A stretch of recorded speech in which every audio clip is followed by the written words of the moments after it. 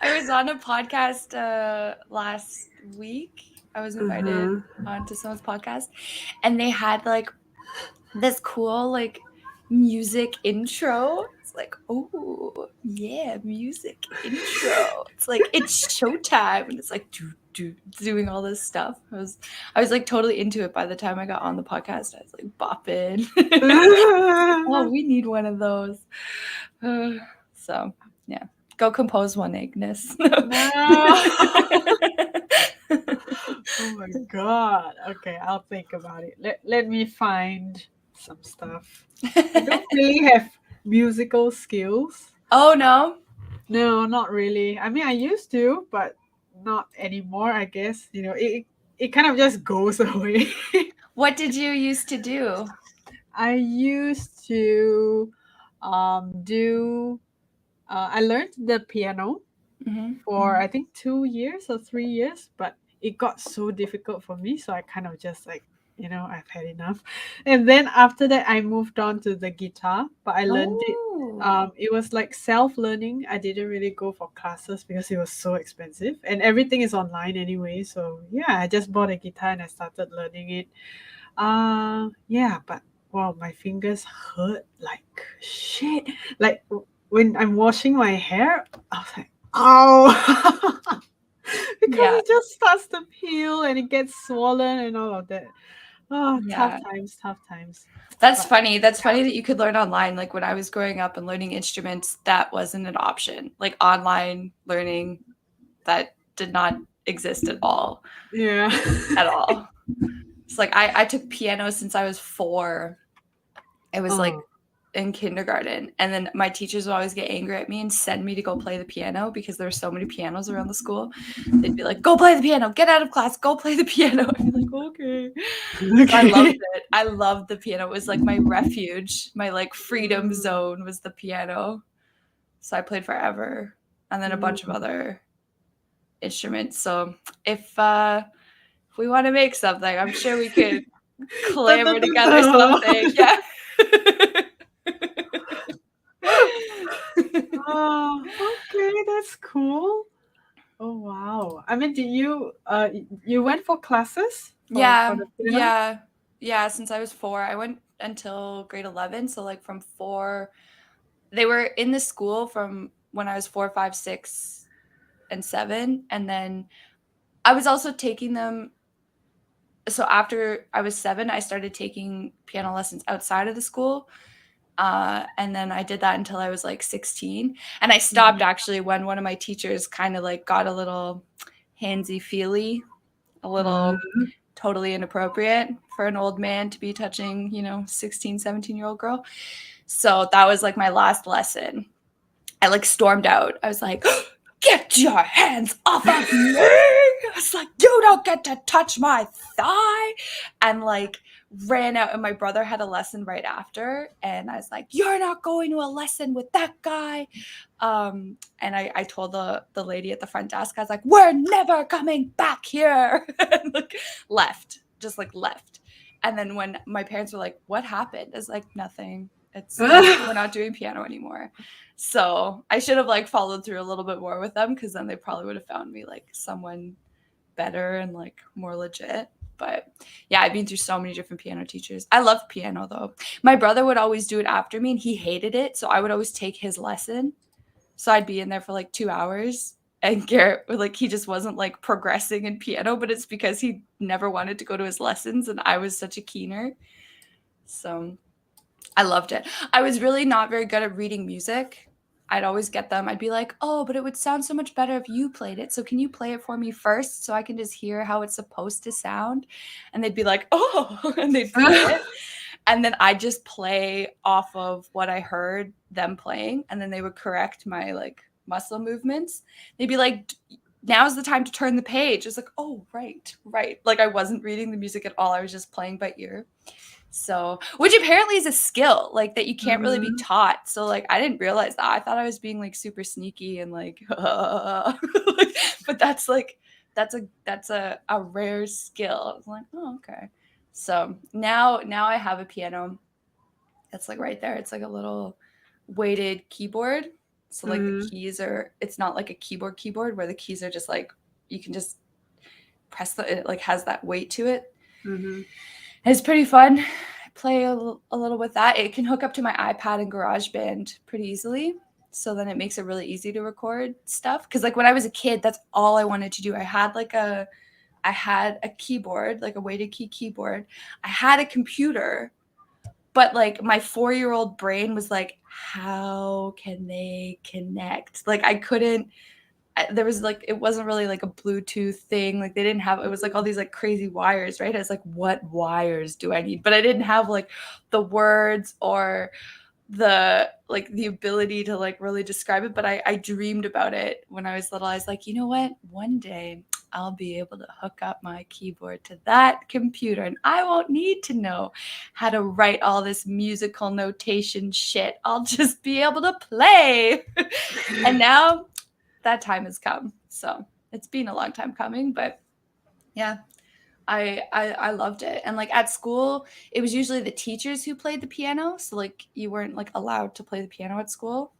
So then I picked up like clarinet, saxophone, bass guitar, played the tin whistle for a little while. That's like the most fun instrument. It's like that Irish whistle instrument. It's like if you listen to any Irish music, there's a tin whistle in it, and it's like the best sound ever. Yeah, I love music. I've been trying to like figure out how to get it back more into my life because, like you said, it just kind of like goes. If you don't use it, it just kind of like goes away. Yeah. And it really helps with like organization. So I found like the harder a problem is, like Sam coming up with like some sort of strategy or some sort of flow or some sort of something, if I actually spend like a little bit just playing around on the piano, like trying to like learn a song that I've heard or whatever, that's usually how it goes. I like hear something, I'm like, ooh, I want to play it, right? And that process of then like putting it on the keyboard, because the keys are just like patterns, right? Like music is just a bunch of patterns and relationships, like it's not anything else. So that really it like helps my brain like work through other complicated stuff, you know, because it's just like it's like my safe zone. Like the piano, like music is like my little safe zone. So I want to like start bringing that back into my adult life because it's really helpful. Like if I have kids, they're definitely learning a bunch of music. They can pick their instruments, whatever. You can try all of them. I don't give a shit. But like music is going to be a massive part of maybe vocals, whatever. Like something musical though has to be a part of that. But like I think my brother was like forced into piano, so that's why he didn't like it, because like I was doing it. But like if he'd been able to like pick his instrument, he really liked the violin, and I'm sure if he had like been able to pick the violin from the beginning, he would have been, you know, more inclined to like be a part of it. But I'm obsessed. There was only 2 kids in the class. Like it was like 1 girl and 1 boy who were allowed in kindergarten to like go spend an hour a day out at the piano room. And I like literally, I knew that the question was coming because one of the girls that I'd gone to camp with was like a year older than me. And she told me that this school had, it was like a private school, had piano lessons. And her name was Hillary too. And I was just like, I will be in the piano lessons. And as soon as they were asking, like the first day of kindergarten, they were like, okay, who's going to play the piano? I was already up. I like elbowed everybody out of the way, and I was at the door, like staring. I was like taller than everybody else too, so I was like staring down all the other little girls. I was like, try me, get by me, like, just give it a shot. And like the teacher was like, oh, okay, so Hillary's gonna be playing the piano for the girls, and there was some other kid for the boys. But I was like, I was not having it, because there were a lot of kids in the class who like were, you know, supposed to be in piano, like, and I was just like, no. Like, I get out of class, I get to play this awesome instrument, and the piano. Like whenever I got in trouble, the one in the basement, it was like right beside this massive cabinet. And obviously I like snooped in the cabinet because I'm like a very nosy person. I snooped in the cabinet and I found like where the teachers kept all the stickers.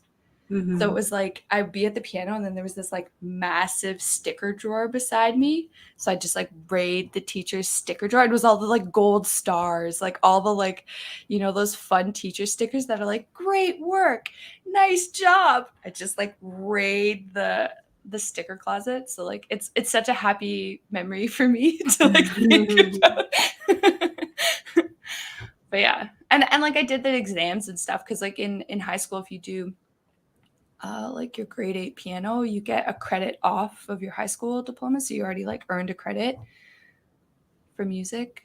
So I was like, great, more free time, like more time at the library, or like more time at my job. Perfect. So it's always been this like tool. But yeah, it's we should make something. Probably you have to make something. I'll be just And then you can listening like, approve it. You can approve yeah. it. You can put in the beat.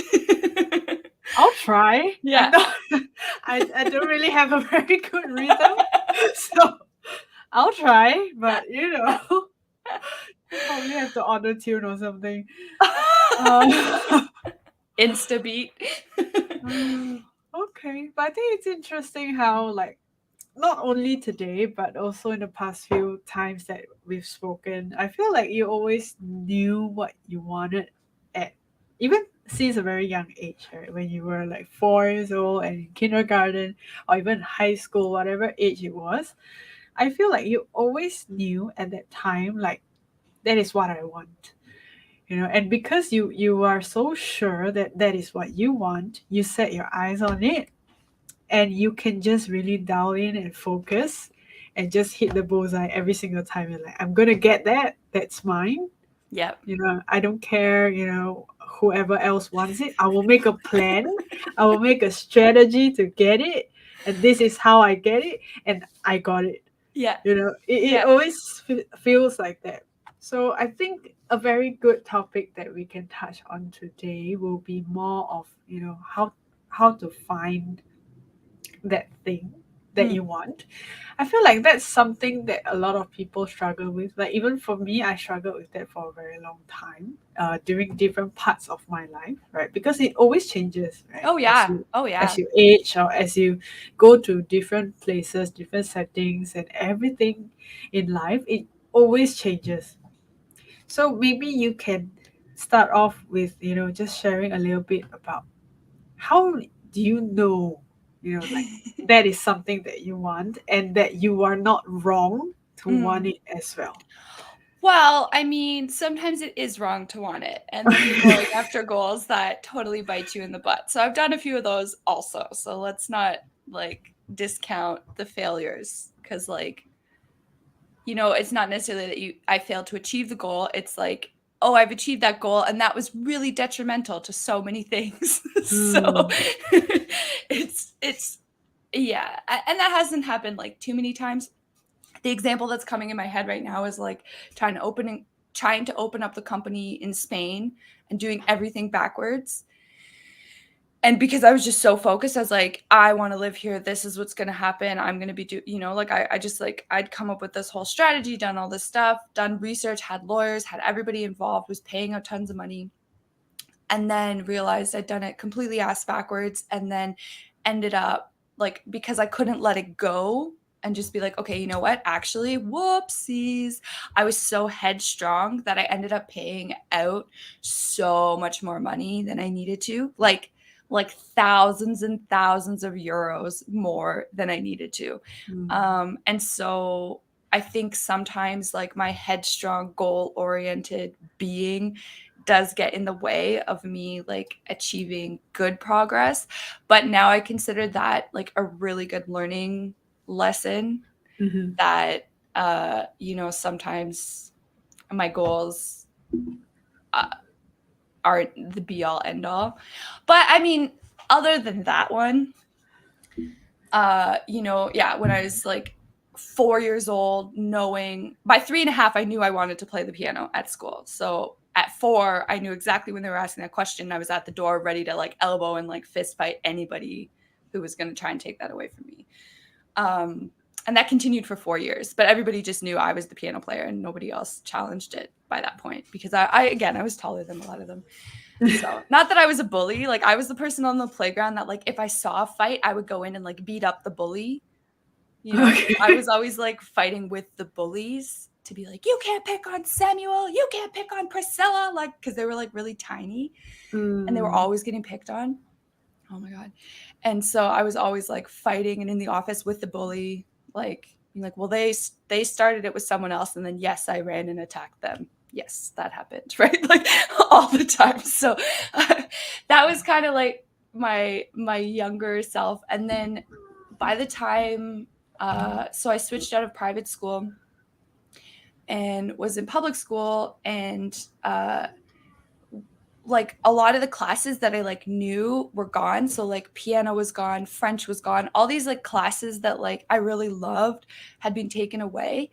And so for the first year in public school, I didn't have like a lot of the good classes, but I was also like really ahead of my class. So they skipped me to grade 5. So I ended up doing grade 5 basically twice. It was so weird because like I did it with my grade and then they were like, well, you know, she's kind of too young to go on. So, like, we're just going to have her be in this class again, which is ultimately good. Like, I'm glad that that happened. But in grade 5, we got French back. And they were saying in this class, they were like, oh, there's a French school that only a few kids get into. And it's to, because basically in Canada, like, French is our other language. We have tons of languages here, but like everything's English or French. So if you speak French, you have a lot of like job opportunities. It's really easy to get temp work. Like it's a great language to have. And there's French immersion from kindergarten. And then there's this other thing that I can't actually remember the name of it, but it's what I took. And it's French immersion starting in grade 6.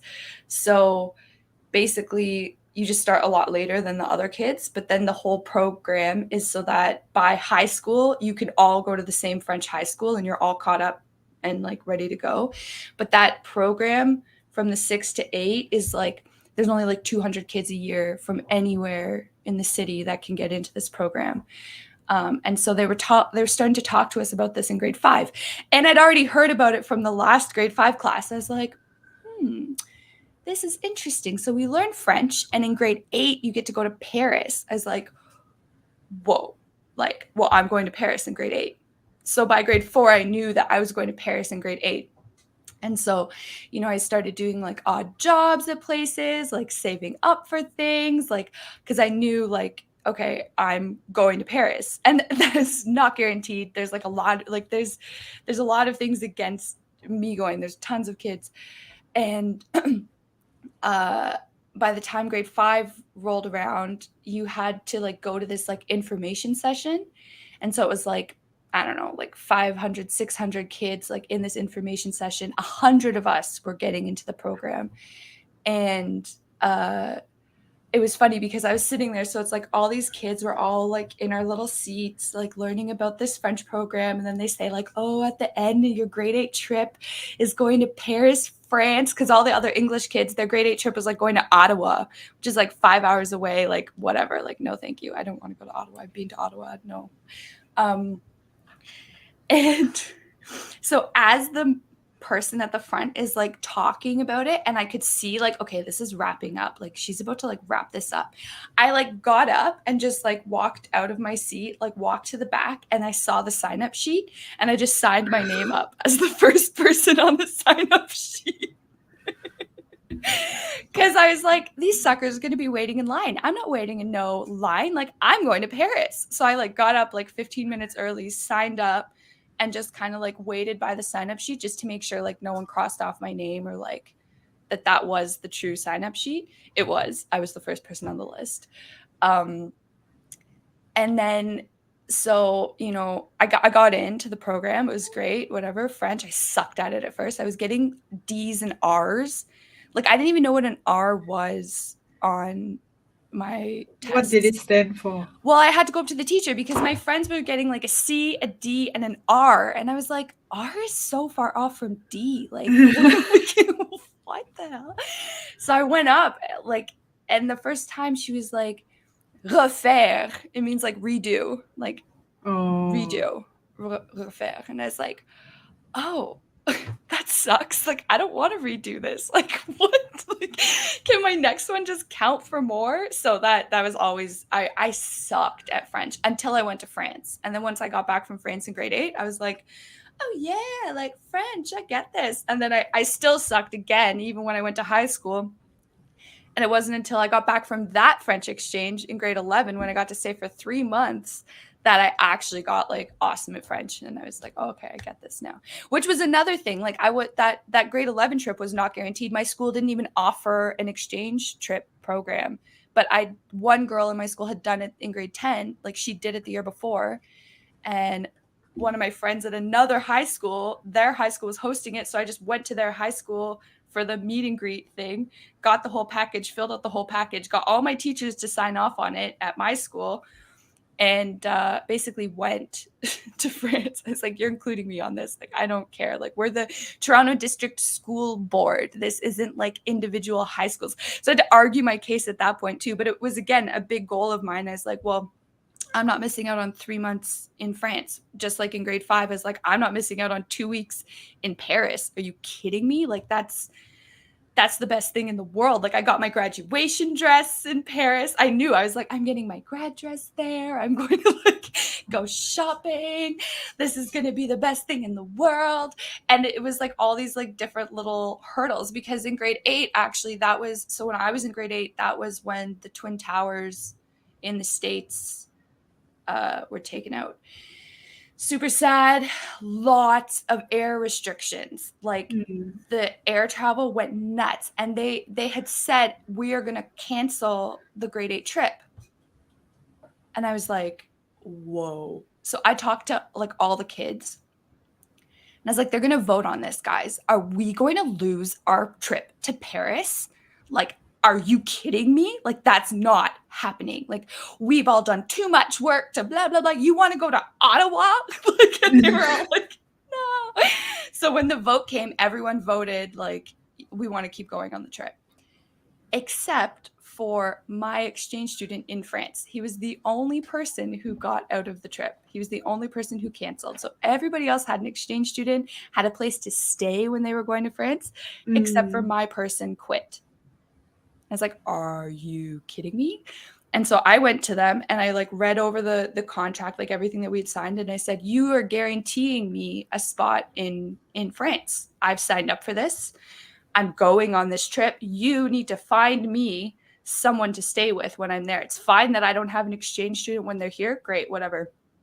I am going to France. And they were like, okay, Hillary. So they opened it up. No one at the school was going to take me. And so then they asked the high school, like the older kids, like, is there anyone who can take this annoying little Canadian girl for 2 weeks, you know, on this exchange? And this family said yes. And so I had an exchange student who was 18 and everyone else had 13-year-old exchange students. So like, wow, my exchange student, Carol, she was so cool. Like we would go to like parties. We would take the dog out for walks at like midnight, go hang out with all her friends at the park. Like it was such a different trip. Like everyone else had like bedtimes, like 12-year-old shit, right? And I was just like, da, da, da, da, like smoking. Like I did France. Like it was awesome. And yeah, and it's because I was not willing. Every time they said no, I was just like not willing to hear it. I was like, thank you. I appreciate that you think that this is over. From my opinion, it's absolutely not. Like this is the next step, right? So it's just like always been it. It's like if I find something and my whole body says this is it, like Paris to me, because I loved fashion. I loved making clothes and jewelry and like painting. And you just see Paris as this like epicenter of like all of this awesome stuff, like the music, you know, the accordion dude, the coffee, the cigarettes, the dresses, the bridges. I was like, I will be there. I will be on that bridge. And so I guess like when I have something that just like encompasses like everything, like it takes like my emotional side, it takes my rational side, and it just kind of like makes this firework. then I know like that's what's happening right now. And that's like, I appreciate everyone else's concerns and opinions. But like my dad's always told me, he's like, that's background noise. You don't have to pay attention to background noise. It's the crap in the background. You can just like stay laser focused and talk to whoever you need to talk to make it happen, which is always what I did, even when I was like really little. So there's only like a few things that I can like really think of that have like grabbed my attention that way, but then have taken a few years to kind of like get to, you know, like even for like saving stuff. Like I remember I wanted this one snowboard. There was like a snowboard thing down the street, a shop down the street. It was super cool, you know, like snowboard shops, skate shops. They're always like cool, like skater people, whatever. And I would go, and I was pretty young. I was like 12, 13. And I had a board, but I wanted this other board because it's gorgeous. It had this like orchid on it. It was beautiful. It was like the brand that I really wanted to try. And it was like $300 or something. And I got $20 a week for like doing random stuff. And I had other jobs, but like that was all like for clothes and stuff. Like I wanted this board. And so I remember going up to him and I was like, this. I took it off the shelf. I put it down on the counter. I was like, this is my board. I can only give you $20 today, but I'll come every week and I'll give you another $20 for this board. And he's like, we usually do 50% down. I was like, that's fine. I appreciate that that's your policy, but like, here's $20 right now. I'll be back next Thursday and I'll give you another $20 until this is paid off. And then this is my board because this is my board. And he was like, okay, I guess. Like, he's like, if you miss a payment, like I'm putting it back out. I was like, I will be here. Like, will you be here? I'll be here. Will my board be here? Because like this is happening, you know? So it took me ages to pay it off, but like I did. And then I got my board. And I remember like walking home with it, just being like I was so happy and I used it for so long. So it's like, if something catches my eye, grabs my attention, makes a lot of sense to me, then I just negotiate it to become a reality, basically. Other than when it doesn't work out. Like, for example, the visa with Spain. And it's not like I didn't try. Like I was there at 4 a.m. at the consulate, like lined up with everybody, trying to talk to people to get my visa. Like I made an effort. Like I went to that consulate like over 20 times. I met with professionals, you know, like it's not like I wasn't trying everything I could to make it happen. It's just like it really wasn't supposed to happen at that time. So then I had to like, it took me a year after all the events to be like, okay, fine, and like actually give up and like stop all the payments on everything. Like it took me a year.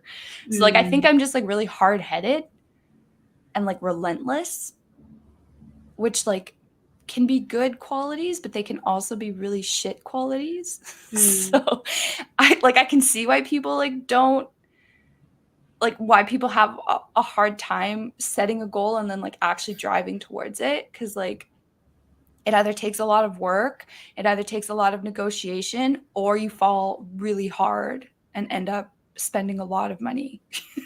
So it's like, so I don't know if there's like one thing. I just know that that's like my personality. I'm like a bulldog, like just like, or like a rhino, like something that's just like, it sees you and then like it's happening or it's not happening, but it's probably going to happen.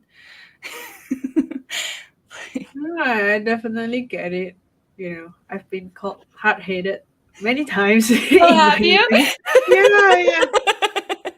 Like, even in, actually, funny story. Like, there were so many things that I've done that my family does not agree with, and it's not like they didn't try to talk me out of it. Like there was, even my boyfriend. Like when I brought him home the first time to introduce him to my dad was so against like me being with him that I didn't care, because I was like, okay, if he's not the right guy, I'll eventually know. Yeah. Right. And it's not like I'm not a smart person. You know, I'm fully aware that I'm capable to differentiate this sort of thing. And he got so mad trying to talk me out of it that he kicked me out of the house the next day. So that is basically a very short story, right? A condensed version of the story of how I started, renting a house and then moving around, and finally now I'm like settling down with my boyfriend. Like we finally bought a home, and like I get to live with him and his parents as well, and all of those things. So definitely hard-headed. It's something that I've heard of many, many times. But I think what really makes like having this quality like a good thing from a bad thing is that you need to really know, are you being stupid? Yeah, that's the hard part. That is the hard part. Like a lot of times when other people are being hard-headed, you, and like as a third party, Yeah. you're like, okay, but that is like the stupidest decision I've ever heard anyone make. But they Mm-hmm. don't see it, Mm-hmm. and they're always like, oh, but if I don't try, I'll never know. I'm like, Mm-hmm. yeah, but I don't need to jump into a river full of crocodiles to know that I'm going to die. Yeah. You don't have to try everything, as long as like you think through it in a very logical way. If it Yeah. makes sense and emotionally you really want it, right? Like this was what you mentioned earlier. One side, you kind of really want it. You're like wanting something from an emotional perspective, and on the other end you use a very logical way of thinking. Yeah. You rationalize it with yourself, you negotiate, you figure things out, and if it makes sense and the answer is why not, Yeah. then yeah, go for Yeah. it regardless what other people say. But sometimes when I see people making decisions, I'm like, how does that make sense in your head? Yeah. But we don't know how they came to that conclusion, so that's Yeah. it. I mean, I'm sorry that that happened. Like getting kicked out, like that's intense. Like that's an intense repercussion for a hard-headed choice, right? Like it's like, whoa. Wow. Yeah. I think like it's hard to logically think about something that you like get really passionate about. Mm, Like if you see something, you're like, oh, I need that. But really, it's like you just super desire it. So you don't need it at yeah. all. You just like super desire it. Then I Mhm. think we have this like ability to trick our logic into justifying our actions rather than logically, negotiating give Mm, and takes or like understanding what the consequences might be.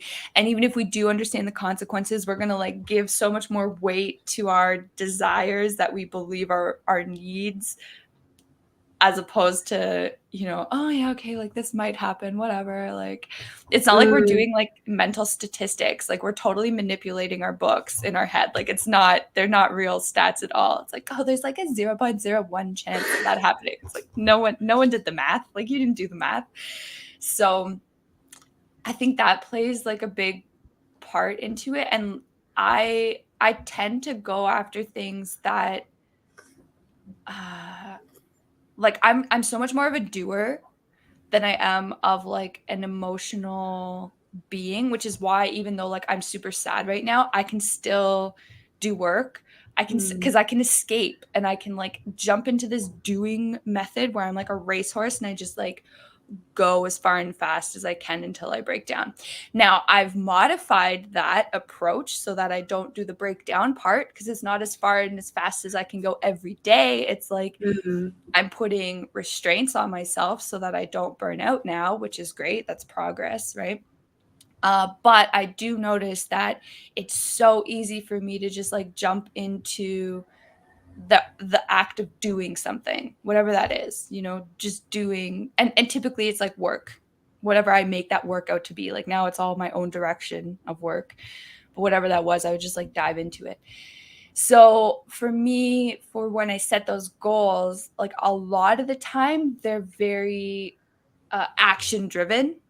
And then I mm, just know, okay, here are the steps I have to take. Okay, yeah, if I have to make these sacrifices, that's fine. If I have to like cut these people out of my life, that's fine. Like da da da. Like I'm not like I am very emotional. Like my emotional side is huge, but my drive side is so much more dominant that my emotions can take a sideline. And so I think that's part of the reason why even at 4 or like 8, whatever like those ages are, that I've had to like sit down with principals or like district boards or like whoever it is, I've been able to sit down because like my emotions of like being terrified and like unqualified because I'm a child, like all of those things just go way into the background because I know, okay, this is actually the next action that I need to take. And for me to be able to take this second one, that person needs to do this thing. So I'm getting that person to do this thing so I can do this thing. And like it just seems so logical to me that like everything else just goes to the wayside and I'm just there in the moment arguing my point, convincing them to take this next step with me, because if they don't take it, I will find someone else who will take it and tell them that this person didn't take it, right? Like whatever it is. So I think my emotions just like take a side line, but I feel like a lot of other people are driven more by their emotions than they are by the drive to do something, right? And so then they can be talked out of something. They can be like, oh, like, it's going to be hard. Oh, that's a little scary. What if grandma doesn't like it? What if, blah, blah, blah, blah. But it's all like based off of other people, emotions, things like that doesn't actually much into my decision making. Not very frequently. Like very rarely does that play into my decision making. I kind of like, not to say that I'm like a psychopath or anything, like where like I don't care about people's emotions at all, because I absolutely do. But when I'm setting goals for myself, very rarely do I take into account lots of emotional factors. And that can be a detriment to me too, right? Like in 2021, when I did a video every day, I didn't consider the emotional toll it would take on me to produce a video every single day with like new content. I didn't even factor that in. It wasn't until like 3 months in where I was like, whoa, this is super hard. Like I haven't talked to any of my friends. Like I don't even know what they're doing now. Like what's happening? Like where am I? Like, and then I had to kind of reconcile that with my system to like make it a little bit easier for me to continue, because there was no way I was stopping my goal. Not a chance, right? So I don't know. It's hard-headedness. I don't usually get called hard-headed or stubborn for some reason. I usually get called aggressive. That's usually determined and aggressive. Those are kind of the words. And since I started face reading, aggression, like people have dropped the word aggressive, and so now it's just like determined. Like I usually get like determined, which is interesting. So, but no one's really called me stubborn. And I think that goes to that negotiation side, because as soon as someone says no, I'm not just arguing yes, no, yes, no.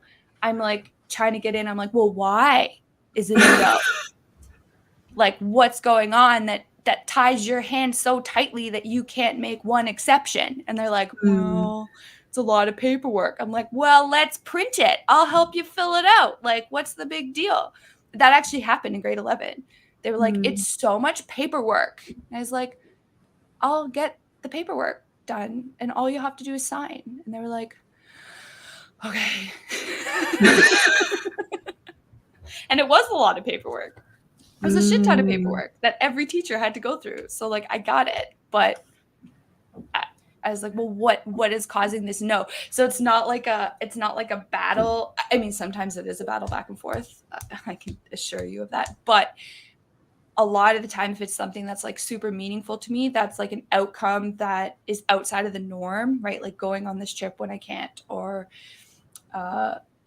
paying for a snowboard that I have like no money for, like whatever those things are. It's this negotiation of like, but why? And like, how can we make this happen from your perspective?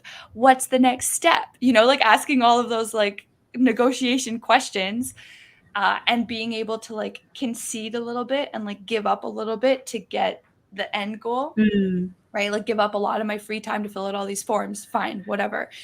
That's going to give me to this goal. So I think that's maybe why I don't get stubborn necessarily, but aggressive for sure. Like when I was ironing out these tactics throughout high school, like I sometimes look back and feel bad for my teachers. Like I don't feel like too bad, but like we got into some heated arguments, like heated arguments, because I just wasn't willing to like take it at face value. It's like, you can't, like, what, where are you getting that from? Where is this? Where does it say that in the book? Where are these answers that you're finding? Like, how come my answer isn't also correct? Like, just like arguing with them to the point where they were always like, get out of my classroom, like just leave. Like I got kicked out of physics. I wasn't allowed to take physics because I was asking so many questions. I was so excited to be there. I loved physics. I was already doing calculus. Like I was like so excited to like be in physics and like get in there the first day, and he's describing something and I was like, but like wait a minute. And he lost it. He was like not in it for a debate. He was not in it for anything. We got into such a fight that he was like, you are not welcome back in this classroom. And so I had to like switch my class from physics to like, I don't even know what I ended up taking, like shop or something. Like, yeah. So sometimes it was too much. But you know, it happens. It's fine. Okay, but at least you had years of practice. You kind of just iron things out. So Yeah. But yeah, you're definitely like a natural born salesperson, I feel. Like, well, that's you my can get what you want, right? Yes. Like, Yeah. everything that you just mentioned, it's all things that I've only learned in the last couple of years. Oh So- yeah. So Yeah. these are the things that you have been doing since you were 4. So Yeah. Well, and like my dad's always been in tech sales, right? So since I was little, like before I was born, he was working in Boston, like for a really big company that was like selling to IBM, selling like all the stuff to like the main tech guys, right? So he were was you listening to him? Well, we would like he would pull us out of school sometimes, and it was me and my little brother. So my brother was like really tiny because like he's 2 years younger than me.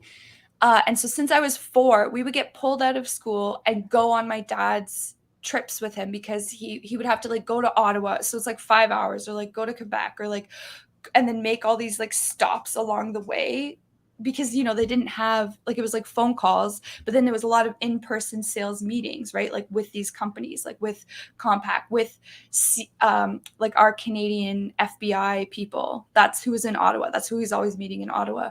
And so on the way, he would be calling, like he had a phone installed in the car before car phones and cell phones were like available in Canada.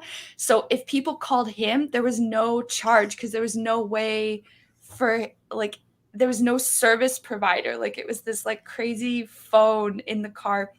It was insane. So he would be calling people in the car, right? Like taking notes and driving, fucking like horrible. But like I have memories of that. Like my dad on the phone taking notes and like kind of driving with his knees along the highway.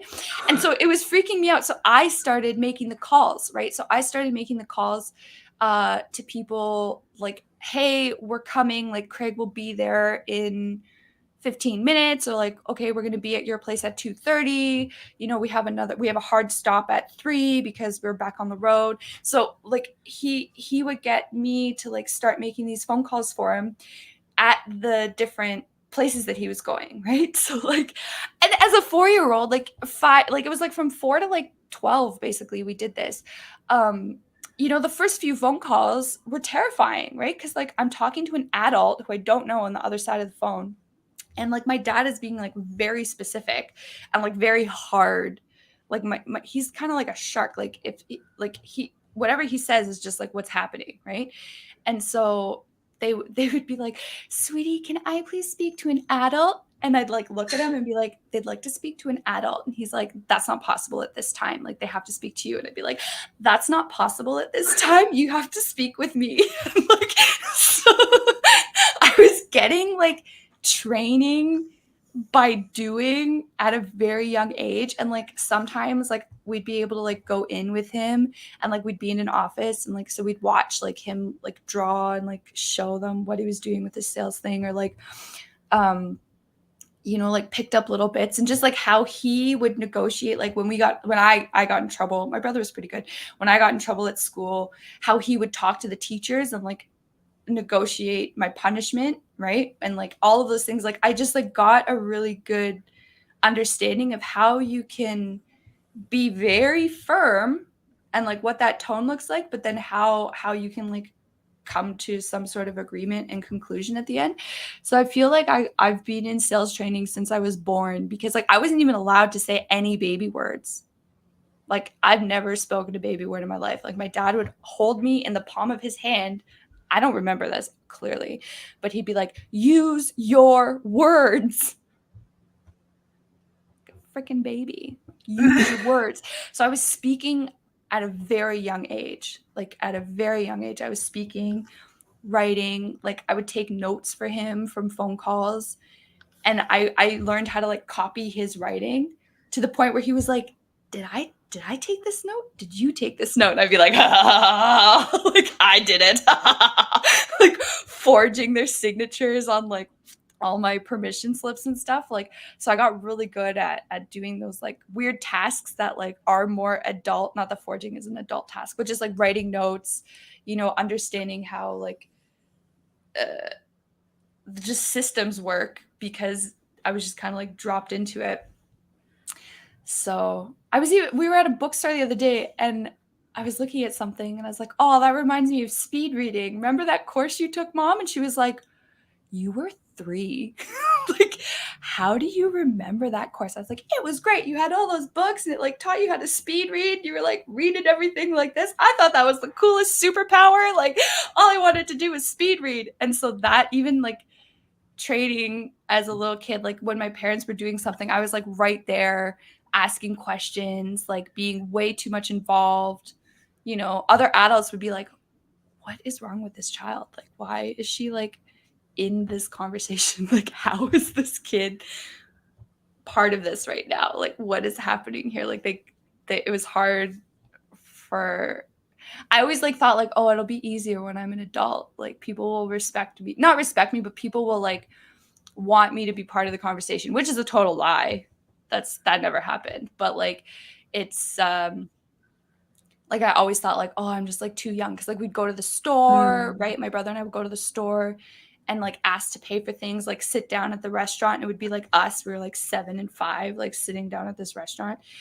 Like, and people would like wait and they wouldn't serve us and be like, why aren't they serving us? Like, and they're like, where are your parents? And we're like, we're here. We have the card. Like, we're about to pay. Like, what's your problem? Like,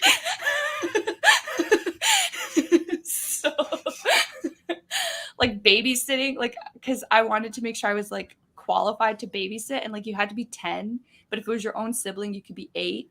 But I wanted to take the course just in case if anything happened, like I wanted to know like what to do. And so I'm like 8 years old in this babysitting course. I'm the youngest person there. They're all 10 to like 15-year-old girls mostly. And at the end, we went up. I hadn't like really said my age or anything. And at the end, you have to like put in your birthday, put in all this stuff. And it's the St. John's Ambulance Society. And they were like, you can't have this. And I was like, I passed the test. So, and they were like, and I was like, the only person I want to babysit is my little brother right now. I will wait until I'm 10 to start my babysitting career. Mm-hmm. Okay. And they were like, okay. Here's your certificate. It's like, thank you. Right. Like always just like not taking no, and then just doing like too curious for my own good. And then, you know, just like insistent, because I'd heard it so many times. Like I'd heard my dad so many times be like, thank you so much for that. This is what is going to happen. Right. And I'd be like, oh, that was background noise. He'd be like, yeah, that was background noise. I'd be like, okay, cool. So, I mean, I put a lot of things into the category of background noise, which, you know, it sucks if you're in the category of background noise, because I totally ignore it. Mm-hmm. So like if someone falls in that category, you're literally invisible to me. So that probably doesn't feel great for them, but it's it's worked out for me fine. So Yeah. I think that's a very good skill to have. Definitely something that I wish I had. You know, like you're being so unapologetic about where you spend your energy on, who you yeah. listen to, who matters, who doesn't matter. Like you're just so focused on getting to that end goal. And yeah, I think that's something that most people need to learn because they're doing the exact opposite Yeah. of that, Yeah. right? They care about everyone else's opinions and yeah, they don't trust themselves to do it, you know. So Yeah. definitely a very good skill. Yeah, Yeah. I'm And gonna like try that.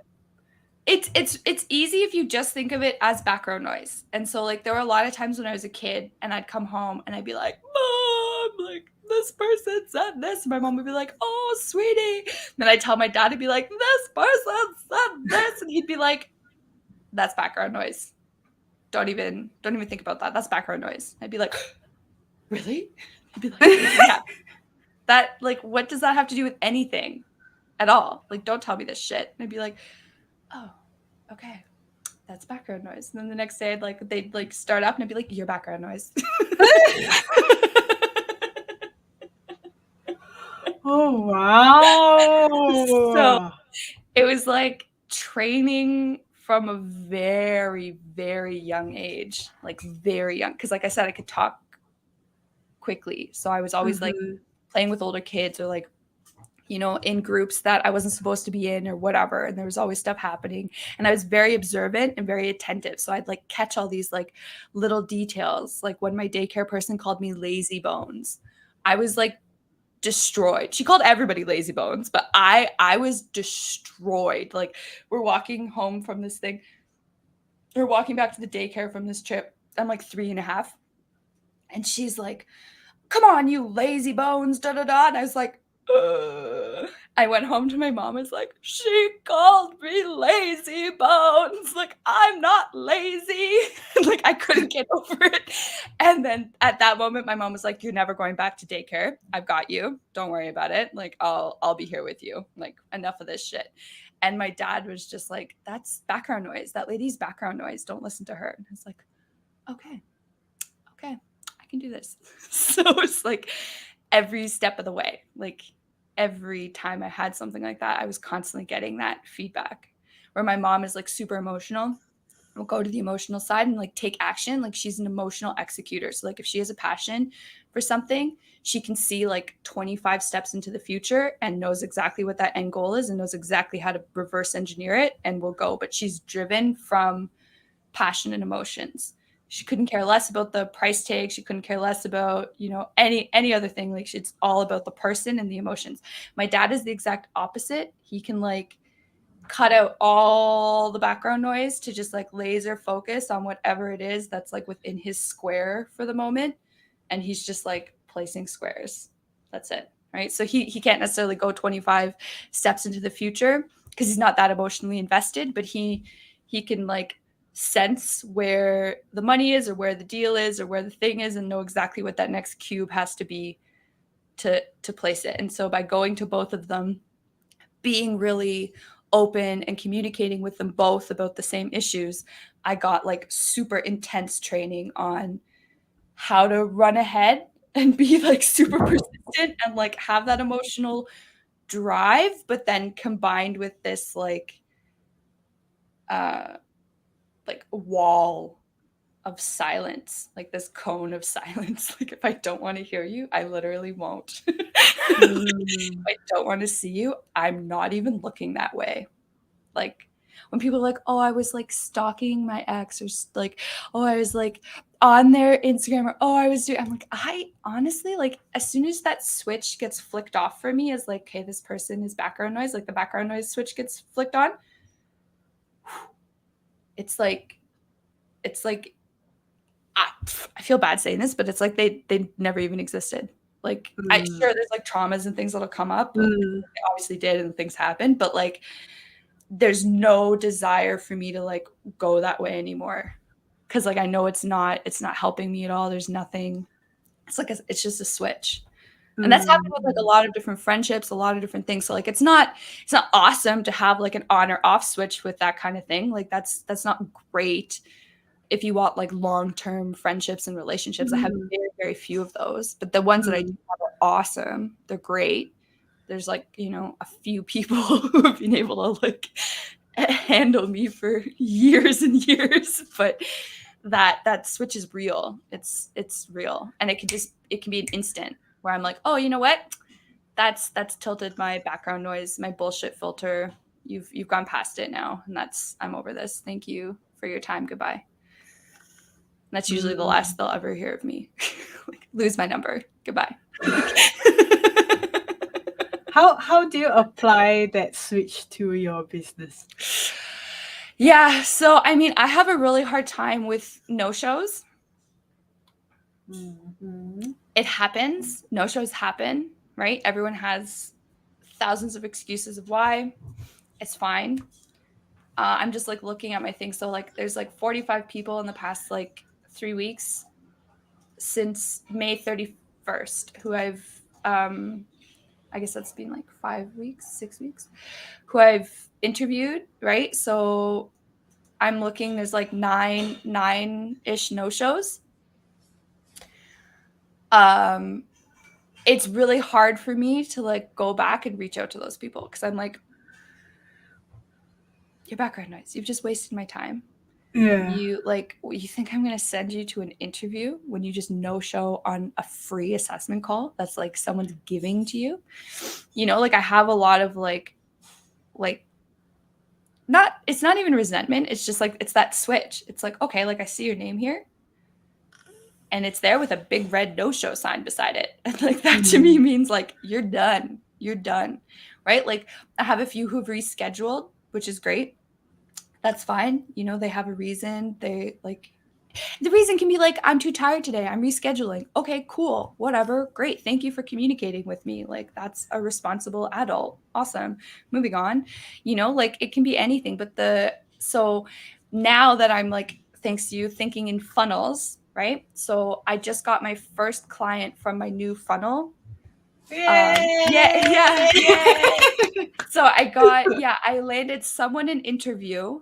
So it was like two-sided. So I landed someone an interview based off an experience that I had with hiring CEO, like a person, right? And they were like, we're Okay. hiring. And I was like, I have someone for you. Hook them up, prepare them for their interview, prepare them for everything, got them into the interview. They went and they had their first interview and it was awesome. And that's really like, that's basically what a recruiter can promise, because once you get into the interview process, it's kind of up to you. So, yay. And from the funnel where I like added that piece of like, okay, they can have an assessment call, and then based off of where they find themselves to be lacking, based on that next call where we talk about like what's their motivation for improving the things that they found themselves to be lacking in, I have one-on-one coaching. So it's like, finally someone took it. I was like, oh, that's cool. So they start tomorrow, which is great. So that didn't take too long for both of those things to happen, right? Yeah. And so now that I'm thinking in funnels, I'm thinking, okay, so how can I talk to or like re-motivate the people who I've had this secondary call with who didn't take this on? Like, what is it that I can help them with, Mhm. And so I have like a funnel for that. And then I'm like, okay, what about, like, I'm just like thinking at each drop off stage. And then Yeah. I see the no show and I'm like, just, I have no desire. I'm like, no. But at the same time, like I have their name, I have their email address. They obviously have some interest in this, but like that's that switch for me. So I think it negatively affects me when it comes to, okay, like there should be a funnel for the no-shows, Hillary. This isn't just their complete background noise. Like, so that's that time where I have to be like, okay, like, does this make sense? So they'll be the last on my list. They're like the last priority that I'm going to like build something for. if I get around to it. That's how I justify it for myself. I'm like, okay, whatever, fine. But that's where that can become a hindrance, right? Where it's like that switch gets flicked and then it's flicked and it's gone. But it's like, actually, no, there's still leads. Like they're still, and they're not even cold leads. They're just incompetent leads. So like there's a difference there. So that, yeah, there's something I'm working on. I recognized it yesterday, actually. I was like, oh, that could be a different funnel, but I don't actually care about them. And then I'm like, but I should. Oh man. Like, so it's interesting. It's interesting. Yeah. And then like with people, some people, I'll tell them like an idea I'm having, and they'll say like, oh, that's silly. Oh, that won't work, or oh, whatever. And then I usually don't tell that person ever again anything. Yeah. Oh my God. Like, I hate those type of people. And yeah. guess what? Everyone around me is just like that. Wow. So basically I hate that's everyone. Rough. That's rough. Yeah, Like that's it sucks. It sucks so bad. That sucks. I'm here to be your cheerleader, Agnes, because like you're doing great Yes. stuff. So I will cheerlead the crap out of that. Cause now I feel like I'm at a point where I'm actually like surrounding myself with people who are encouraging me. It's a very small group of people, but I am getting encouraged. So it's making it easier to keep going. And even I'm starting to see, like yesterday I had a call with someone who attended one of my workshops like 5 months ago. And we're on the call doing the assessment. And he was like, it's really funny because you said this thing during the workshop. I was like, yeah, you were at that workshop, right? He's like, yeah. And it's like, whoa. He's like, you said this thing and it really made me change my approach. And now I'm testing it out and I'm doing this. And I was like, that's so cool. Like that's like that's a full circle. Like that's, you're growing with me as I'm, improving my business. And like, but it's nice to see that like even the experiments I was doing at first still were leaving some sort of impact. So like having that sort of like encouragement helps, like motivates me to like keep driving forward and keep experimenting, keep trying these things and keep perfecting stuff. Did you record down what he said? Yeah. Oh yeah. There's a transcript of everything, but he was basically just like, it was really cool. Cause like you told me like in resumes that I have to tailor my resumes. And the workshop wasn't even about resumes, but like you said this thing at the end, and that's totally changed how I apply and like how I write them. I was like, yeah, sweet, man. Like, that's so cool. And like, he was like trying out his case study a little differently. And I've had people like, even from my last newsletter, DM me and say like, you know what, thank you so much. Like I was just working on my case study and you're right. It was identical to all the other ones. Like your points have really helped me make this a little bit unique and like show me a different way. And so I think it's good. Like I was listening to a podcast yesterday that said, it's good when people don't necessarily have insanely formal education on like one topic because they've had to kind of create their own unique approach to whatever life hands them or like whatever it is that they're trying to do. And they typically have super different experiences that then collide into this really unique crossroads and like intersection. And I'd read a book like 4 years ago that was talking about that crossroads and intersection thing. And then so to hear that kind of reiterated yesterday on the podcast is like, that's really interesting because that's exactly what's happened to me. Like, yeah, I've been at universities. I've been to a bunch of universities, but like I don't have a degree from anything. And so it's like all these different experiences have like collided together to give me a really unique perspective on how to pitch something, where I'm like I come in first place, like, or how to share a case study where I like blow people away, like how to do these things that everyone is taught a super methodical, whatever system. And I just come in it from like a totally different perspective, totally different way. And not to say like disrupt, but just like, just shake it up a little bit. Like, I'm like, wait, why are you doing it that way? Oh, because someone told you? Okay, well, here's a way that actually works, that gives you results. Here you go. So it's really encouraging to see that that's actually happening, and that even when my client went for her interviews, she was like, I've never been this prepared for an interview before. I've never felt this calm and confident. And like we just collected all her star stories, right? Like I told them what they're actually looking for when they ask these questions. She's like, if I had known this when I was 16, I would be a CEO right now of like some crazy company. Like just like knowing how to frame my stories and tell my experience is like it's blowing my mind. She was so happy. She was so happy. It was amazing. It was so nice. And like she described the whole interview to me and it like she nailed it. You know, whether or not she gets to move forward, like that's really on the company, but like she really did it. So it was cool to see like all those tools that I've collected and built up and now I'm like sharing with people. They're working. Like the method works. So that's really encouraging and that helps me. So that's kind of the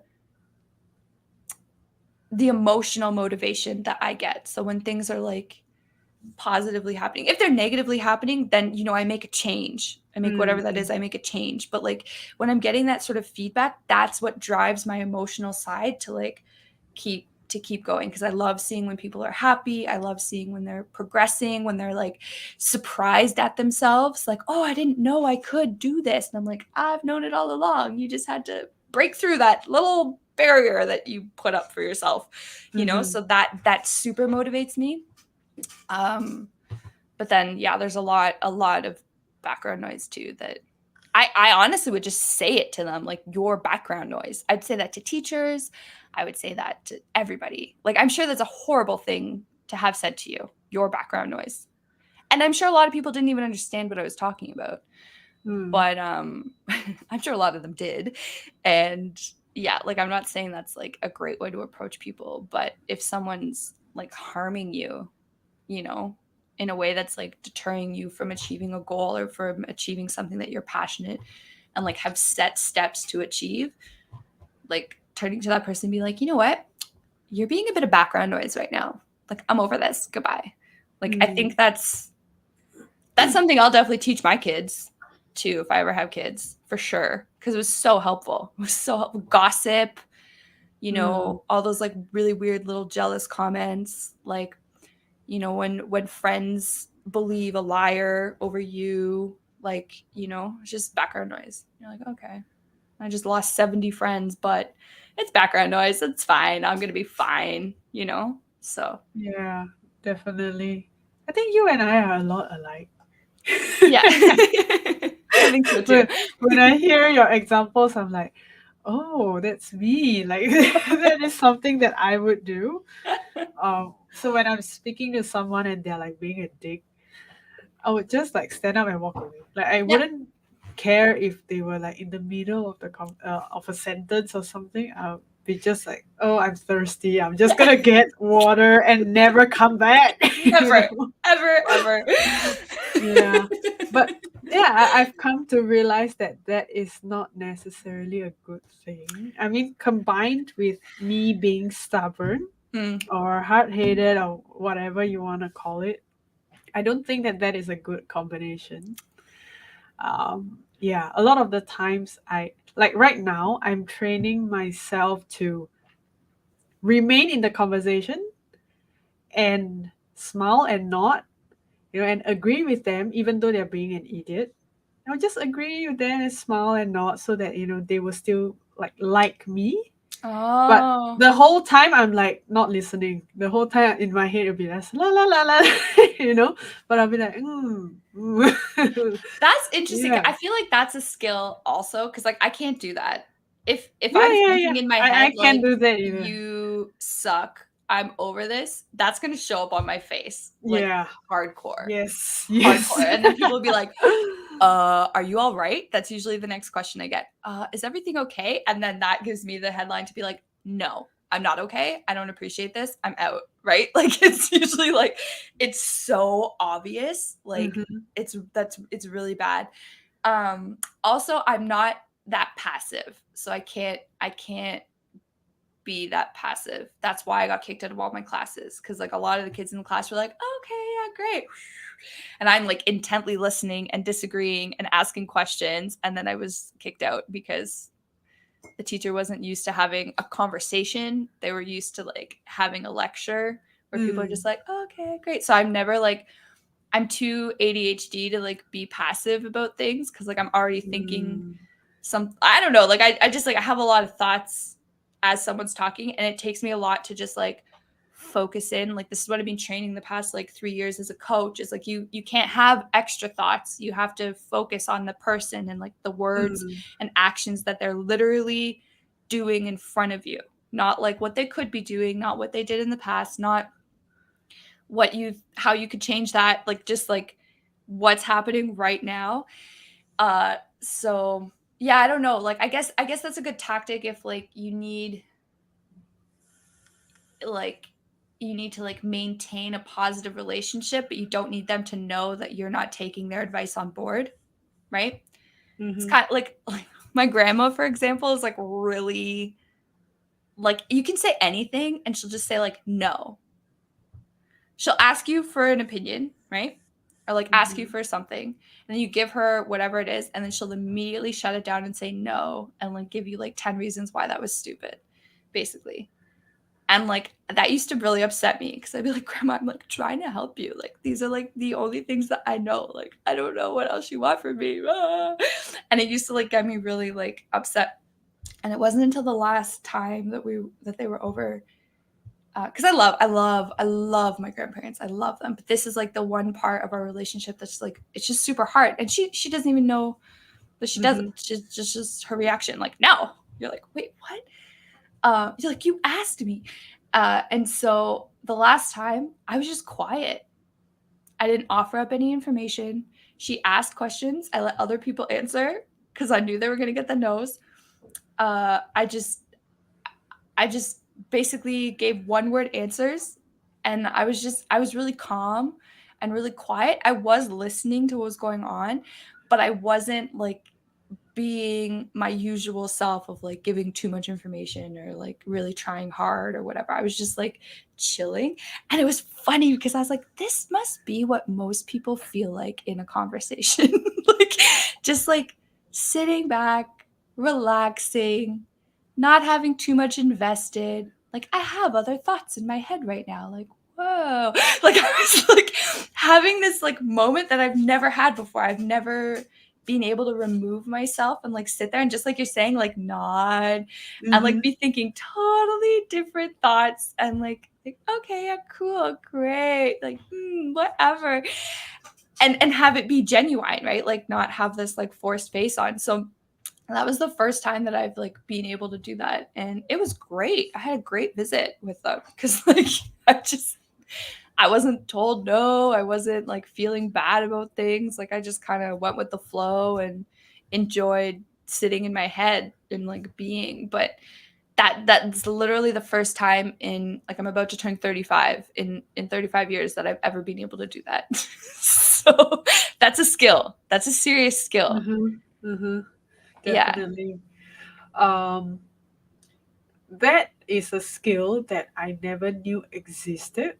It was only in the past couple of years, like even especially throughout the time where I was like raising funds for my IT startup at that time, I had the opportunity to meet so many like millionaires or even billionaires from China because I wanted them to invest in my company, right? And at that time, I was so hopeful because everyone was so nice. But I barely got any investments coming in.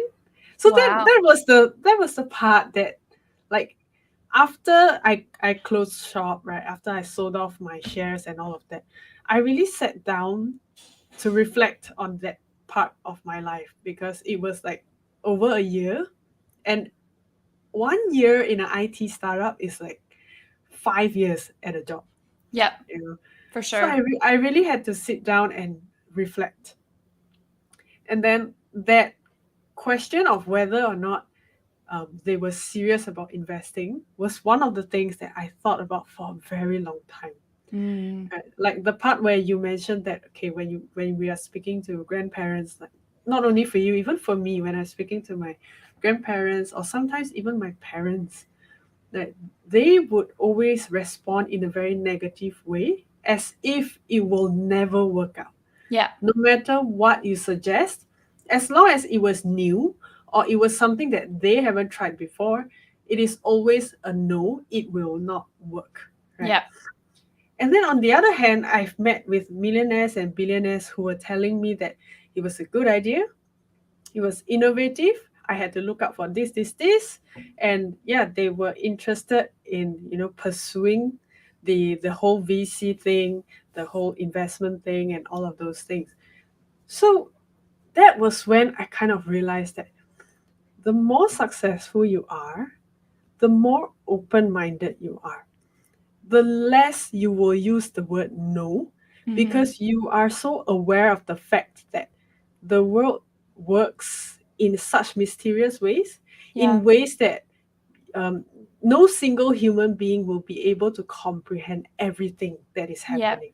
Yeah. So they have already reached that stage where they're like, every idea that is new is innovative. It Mhm. could work, but probably because of the skills that are lacking, or probably the founder's age, the founder's country, whatever it is, that there are so many risks, Yeah. and that's why they didn't move forward with it.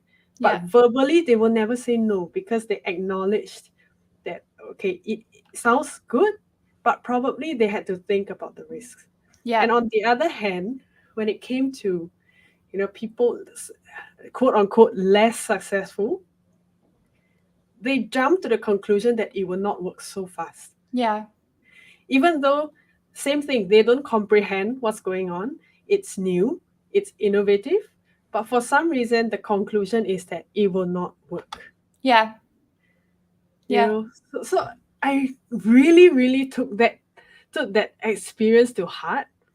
I sat on it for so long. Like, it was such an interesting observation that I think this is the first time that I'm actually telling someone. So I've learned to never say no, in a Yeah. sense where I don't want to shoot down anyone. Mhm. I don't want to be the that catalyst that makes them give up on something Yeah. when they could potentially change the world. They could potentially change their lives, right? Yeah. So yeah, it is always like what you said, yes, and you Yeah. can try this, or yes, and look out for that, rather than no, but you will fail. No, but do you know how difficult it is? No, Yeah. but your uncle failed. What makes you think you could do it? Like, you know. Yeah. So yeah, I'm trying to learn that skill a bit better, because sometimes it still doesn't come off the way that I want it to come off, right? Mhm. The Mhm. emotions always end up on our faces. Yeah. Oh, 100%. Like, So yeah, I think probably in a few more years I'll be able to get there. But yeah, that's like the biggest thing. The more educated you are, the truly smart people, the truly successful people, they are so generous. They don't shoot you down, you know and yeah, so when people jump to conclusions very quickly, or even like in comment sections, mm, when you see people like shooting other people down, I'm like, how dumb can you get? So I've learned all of those things. It's it's like one of the biggest reactionary. things. There, Yes. it's like being reactionary instead of processing. And yeah, like I think it also has to do with control. Mm. So if it seems outside of their control, because like my grandma is pretty successful, like she's doing her thing. But like if it's outside of her control, she's not interested. Like not even a Mm. little bit.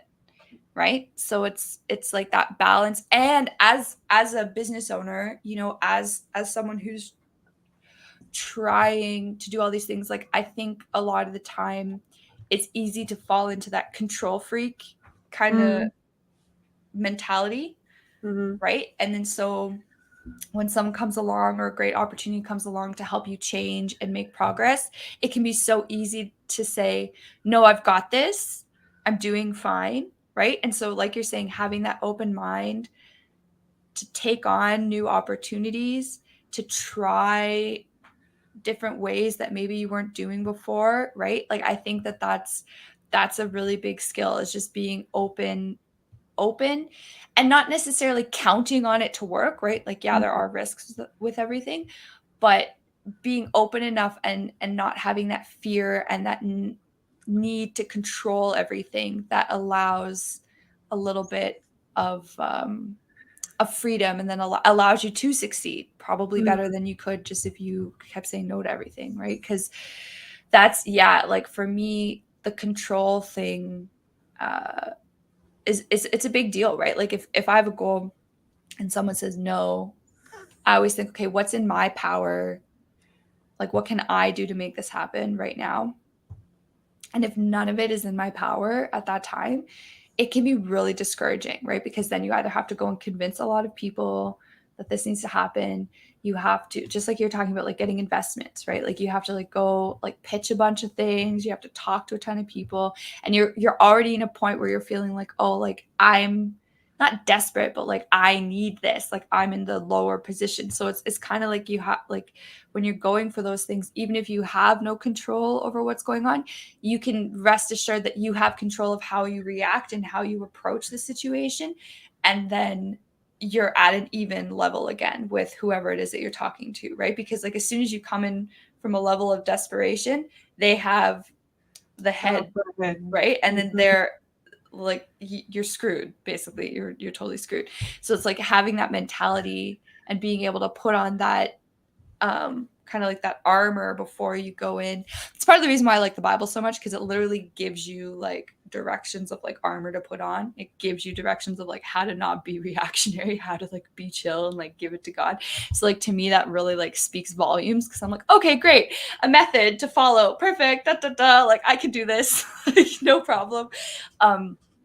And so then when I show up to different meetings or different things that like might be a little scary, I'm showing up because I know I'm going to be here for the good of my company, or for the good of this thing, or for the good of these people, or whatever that is, and then that motivates me. But yeah, it's really it's like that balance. It always goes back to the balance. Like you can't be a total asshole, you have to be open. You can't be a control freak, but you have to be in control. You can't like say no to everything, but you need to assess your risks and know when to cut stuff off, right? Like it's complicated. Like I can see why people just go for a job. Like it makes a lot of sense. Oh, you're gonna pay me to show up? Perfect. Like, you're gonna give me devices to use? Great. Like you, like even those like tiny things that like you don't necessarily think about, like what device you're using, what's your technology, like what are your assets as a company, like what do you have? You don't even have to think about those as an employee. Like you're given all this stuff, you know? And I just find it so interesting. Like the mentality is so different, and it's fascinating. And like a lot of my friends now who, you know, I'm starting, a lot of them have had babies. Like my cousins are all having babies, like everyone's having babies, which is awesome. They're so cute. Like they're so cute. But while they've been baking babies, you know, I've been making my own version of a baby, which is my company, right? And it's so interesting because it's taken the same length of time. Now they have like toddlers, and I'm like, oh, like my company's actually like starting to like a toddler. like, okay, it's like doing things like kind of on its own, like you know, it's like it's no longer shit in the bed, like yeah, like this is great. So it's interesting to see that parallel. Like it's totally a different focus, but to see that parallel, because I'm like, oh, okay, like you know, in 5 years, like this is actually going to be something. Like I can see it in my head. Like I've never been able to see that clearly in the future. And even if it pivots a little bit this way or a little bit this way, or like changes a little bit, I can see it very clearly. Which is exactly what they can see for their kids, right? Like they can see like, oh, they're going to be in grade 5 and they're going to be, you know, choosing their own outfits and doing whatever. So it's like that clarity. And all of them message me, like I'm always like, wow, like congratulations on your family, like you made a kid, like that is so cool, like ah! Like for like to the women, I'm like that is the scariest thing of life, like, good for you, like, you did it, like, do you need anything? And all the time they're responding with like, you know what, yeah, okay, it was scary, but like what you're doing is way scarier to me. Like, they're like, I could never Mhm. motivate myself every day to get up and work on my own project. I could, like, that was like one person. Then I had another person who's been working on her career, like she got a job, she's working at a really cool company, like working on her career for the past 3 years. She's like, I would never be able to do what you're doing, like put myself out there, start a brand, start networking, start doing all that stuff on my own. There's not a chance. I would never be able to do that. And I was like, oh, that's interesting. Like, never thought about it that way. Like, I guess a lot of people don't think like that. I was like, no. She's like, you've done it so many times. Like, your jewelry company, this company, that company. You're just like, hey, I'm doing this now. Bah. Like, here you go, everybody. She's like, I would never be able to, like, do that. It's like, huh. Okay.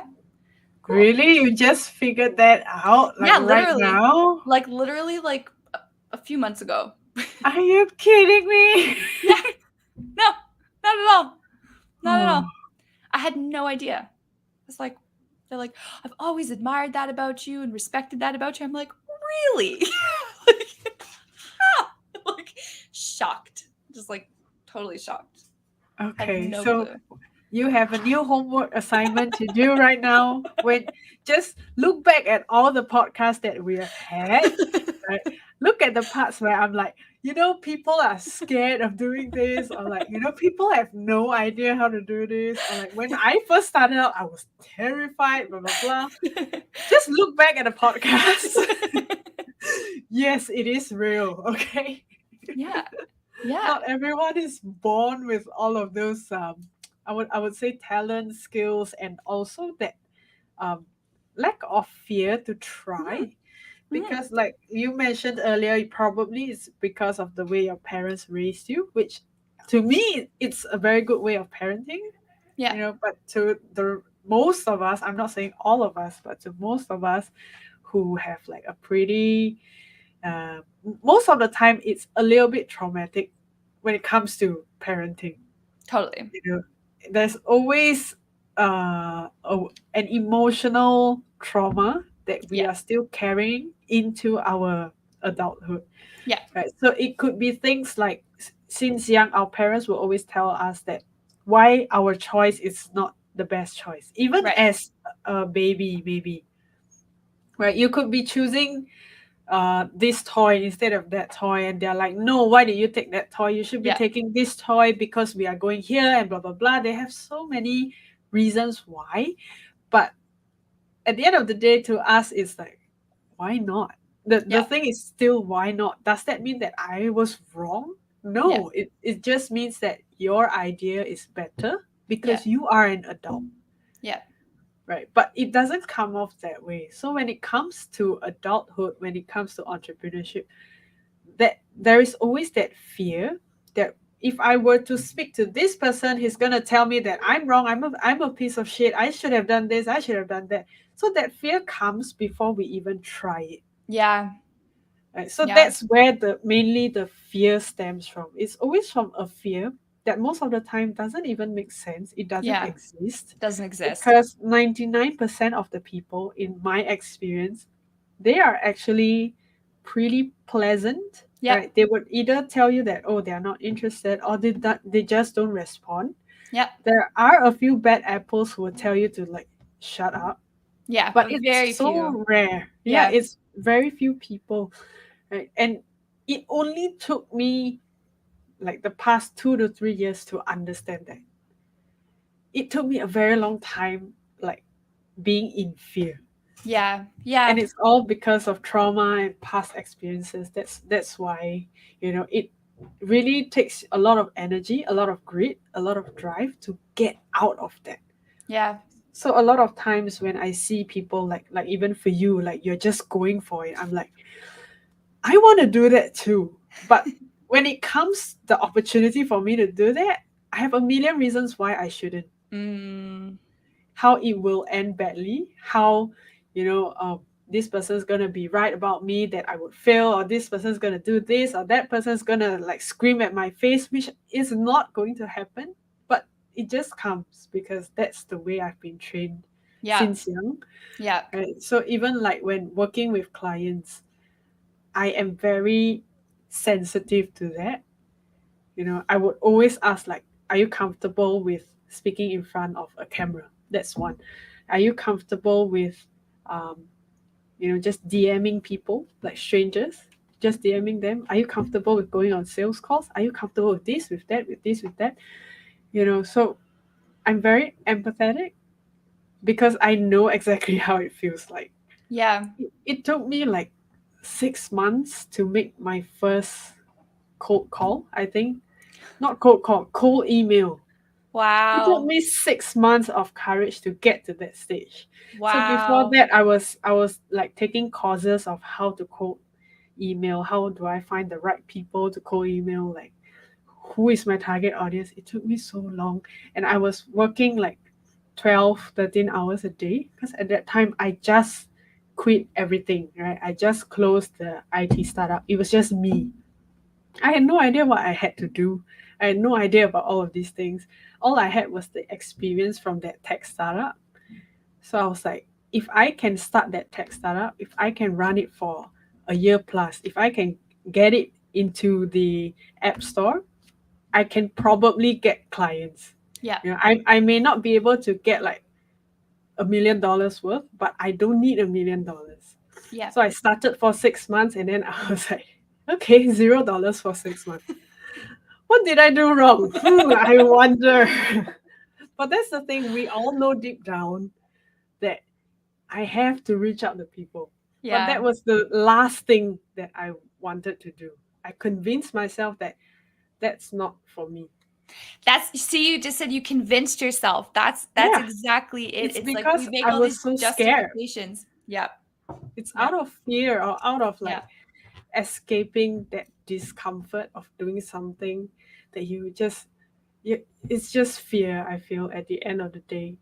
So whenever I meet someone who's like giving a lot of excuses, or someone who is nasty and Yeah. mean or whatever, I'm like, you must be in some form of pain or Pain. fear, Yeah. and you're not telling me what it is. Yeah. Yeah. So I will try to speak in a way where, you know, I want to make them feel that I'm not threatening you. Mhm.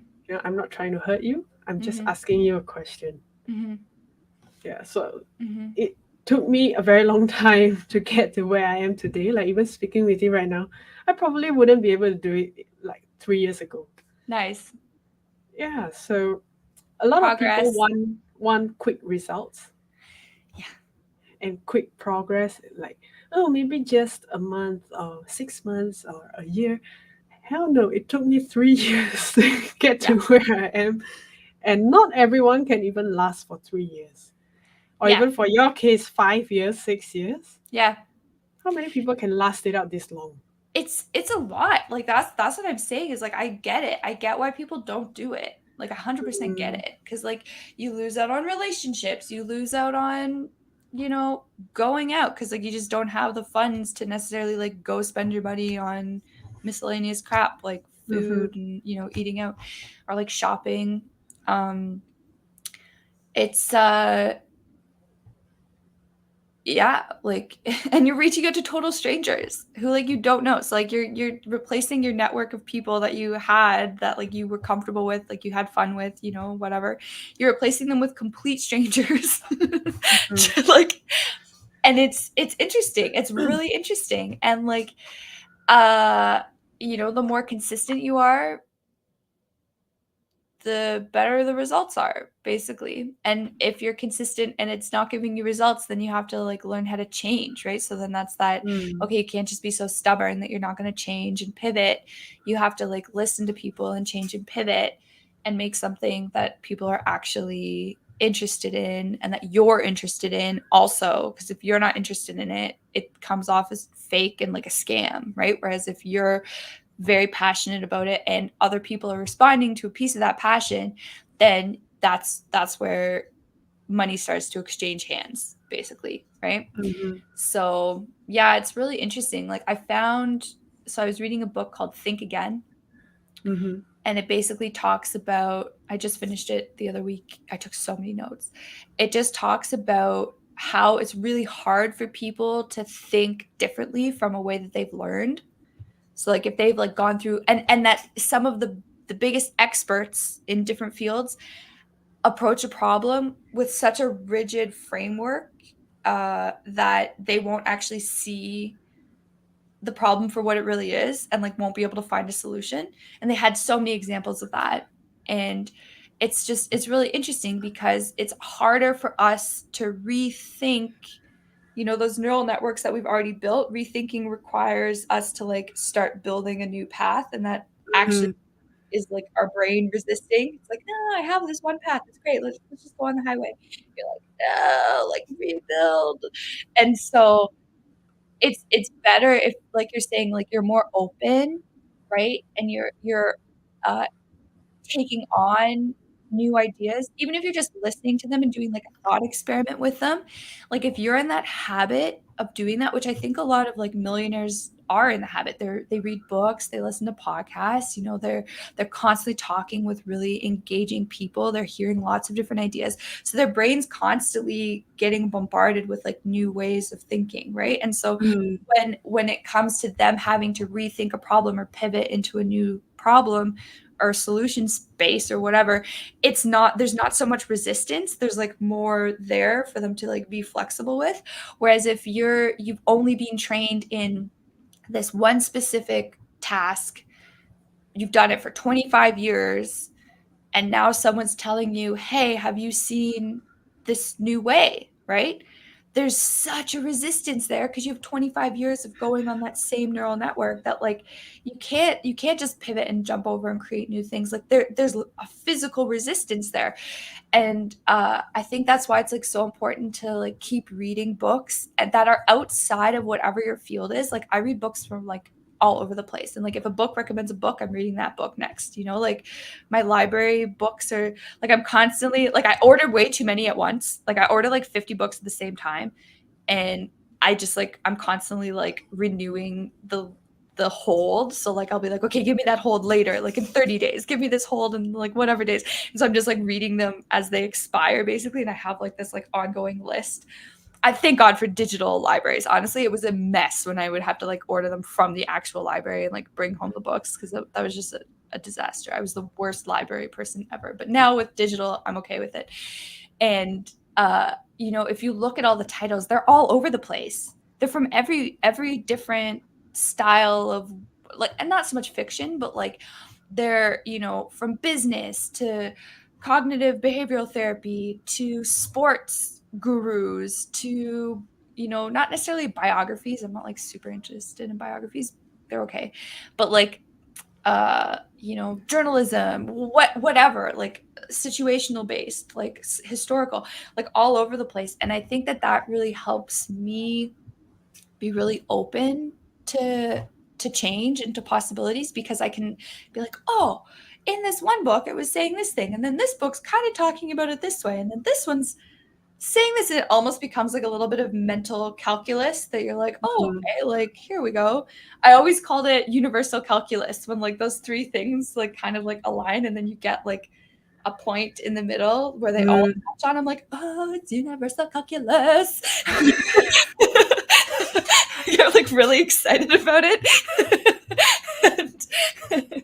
But I think like the more you can like get to a similar point from like different vantage points is quite good. And that takes actually a lot. And so this Think Again book was saying it takes a lot to transform someone's mindset. And so what I've been noticing in my assessment calls, okay, so they get a recording of it, video recording, audio recording, and a text transcript, okay? And so it's like like a massive, all the interviews you could possibly think of mashed into 45 minutes. So it's like about yourself, case study, portfolio, 5 typical questions, and a whiteboard challenge. Like, boof, here we are. It's intense. But it gives me a really good assessment of like, okay, how are they answering questions? What are their skills? What methods do they use? How do they present? How do they go through problems? And I can see where they lack. It's crystal clear, crystal clear. But that's not the point. I don't need to see where they lack. I need them to understand where they're lacking, right? And so I was using that closer sales technique on that secondary call, but it was again me kind of telling them this is what's up. And in this Think Again book, it talked about motivational interviews. And I was Mm-hmm. like, oh my God. And it gave this example. It gave a lot of examples, but one of the examples was like parents who don't want their children to have vaccines, right? Mm-hmm. For whatever reason. And so a doctor telling them you need to get a vaccine isn't helpful because the parents are like, no, they're going to get autism, blah, blah, blah. And so this guy, he came in and he was called the Vaccine Whisperer. And he started this motivational interview thing where he would go in with these parents during their clinic visits or whatever, sit down and start asking them these questions that got them to talk about why they were so adamant about not getting this. Pardon me, why why they were so adamant, what their motivations, like what would motivate them to change their idea, and like empathizing with them, like being like, yeah, it's hard, like I get it, being a parent, like and then also saying like, I respect whatever decision it is that you make at the end because you have your best intentions in mind, like you've got the best intentions for your kid in mind. So it gave this script, and then apparently like 60% of them or some really high number would actually get the vaccines at the end, right? So they would go in and like book and get their vaccines because they felt heard, and they were the ones that convinced themselves that this change needed to be made because they were talking about their motivation. They listed out all their fears and concerns, and then they talked about their own motivations. So I was like, I'm going to use this script. So the first time I used it verbatim, and then I had to like tweak it a little bit to like be more relevant because it was like a little awkward, but it's fine. And then that's the script that I've been using for the past week. And so the like 5th or 6th time using that script, not even the 4th time using that script, converted and got the client, right? And it was like, okay, this is good because it's their motivation. So I'm no longer saying, like, I asked them, okay, did you watch your tapes? How did that go? I'd love to know more about how you think your communication, like what you think about your communication skills, think and feel about these. Like, I don't know, I have the script somewhere, and it goes through it, and it's so interesting because like it's so genuine. Like the questions are so genuine, and that's truly what I want to know from them. But then by the end, they're convincing themselves like, and even the people who I haven't converted today, they're all saying like, I could see me doing this in 6 months or in 1 year or in whatever. So then maybe that sales cycle is just longer for some people than others, which is fine. But it's the first time I've heard that, because usually it's no, I can't afford it. No, whatever. Using this motivational technique, they've all been saying like, oh, you know what though? Okay, right now it's not good for me. However, in 6 months this would work. In a few months this might work, or like, let's start Friday or Thursday or whatever. So it's been really interesting. I've been talking about it. I'm like, whoa, this is Okay. sweet. Now I need to know. Can you give me a little something like what is that framework? Okay, let me find it right now, because like honestly, I was like, what? Okay, so I asked them first, I'm like, did you watch your tape? Right? And they're like, Okay. yeah, I did. And they'll usually be like, oh, I noticed this, this, this, this. I'm like, cool. I want to learn more about your thoughts and feelings regarding your interview and communication abilities. And then they go, oh, blah, blah, blah, blah, blah, blah, blah, blah, blah. Like, oh my God, like, when I was answering questions, I'm all over the place. Like whatever it is that they've noticed, right? Is there anything in particular that you could improve upon regarding your communication? And they're like, oh, well, blah, blah, blah, blah. Then I say, it's understandable. No one is perfect, right? And they're like, oh, thanks. Like a little bit of relief, right? Have you encountered any obstacles that have prevented you from enhancing your skills? So sometimes they're like, oh, budget. Oh, it's myself. Oh, it's this. Oh, I got pregnant. Oh, whatever. I understand that improving in this area can be daunting, but are there any values that are important to you and that would motivate you to work on your communication skills? And then that's the kicker. That's where they're like, oh, well, I value my progress in my career. And, this would make a really big difference. And throughout, when we're talking, about like when they say like, oh, during the call or like during the assessment, it was really hard for me to answer questions. I'll say like, yeah, you're not alone. I help a lot of different clients with that exact problem. Right. So that's kind of that like that actually like, but I won't say anything else. I'll be like, I definitely help clients with that. But it's just to like encourage them to keep talking. But like the main script is just, I want to learn more about your thoughts and feelings regarding your interview and communication abilities. Insert whatever before abilities. So like yours would be like your brand and awareness or your strategic abilities or whatever. Is there anything in particular that you could improve upon regarding communication? It's understandable no one is perfect. Have you encountered any obstacles that have prevented you from enhancing your skills? And I understand that improving in this area can be daunting, but are there any values that are important to you and that would motivate you to work on your communication skills? And the best part is too, when you follow up with them, you say, so even for someone who's like on the fence, where is it? I respect your decision. Take your time making a choice. I respect your decision because you have the best intentions for yourself and your career. And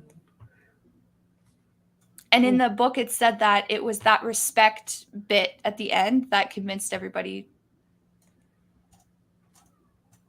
So if they don't close themselves on the motivational call, you can close them on this follow-up email by saying like, okay, like here's the options, like take your time. I respect your decision. Super interesting though, eh? Like I couldn't wait to tell you about it because I literally just I finished the book on Saturday or Sunday. And I started using it on Monday. It's Wednesday. Or it was like Thursday. Like I found it because I hadn't finished the book yet, but I found it was Thursday. I started it on Thursday and I finished the book on the weekend, but then the script was like halfway through it. So I started using it and then I updated it a little bit. Just because the wording was like a little forced. Okay. It's crazy though. And it's called the motivational interview. So it's used in like a ton of different other examples. And they've used it across different industries.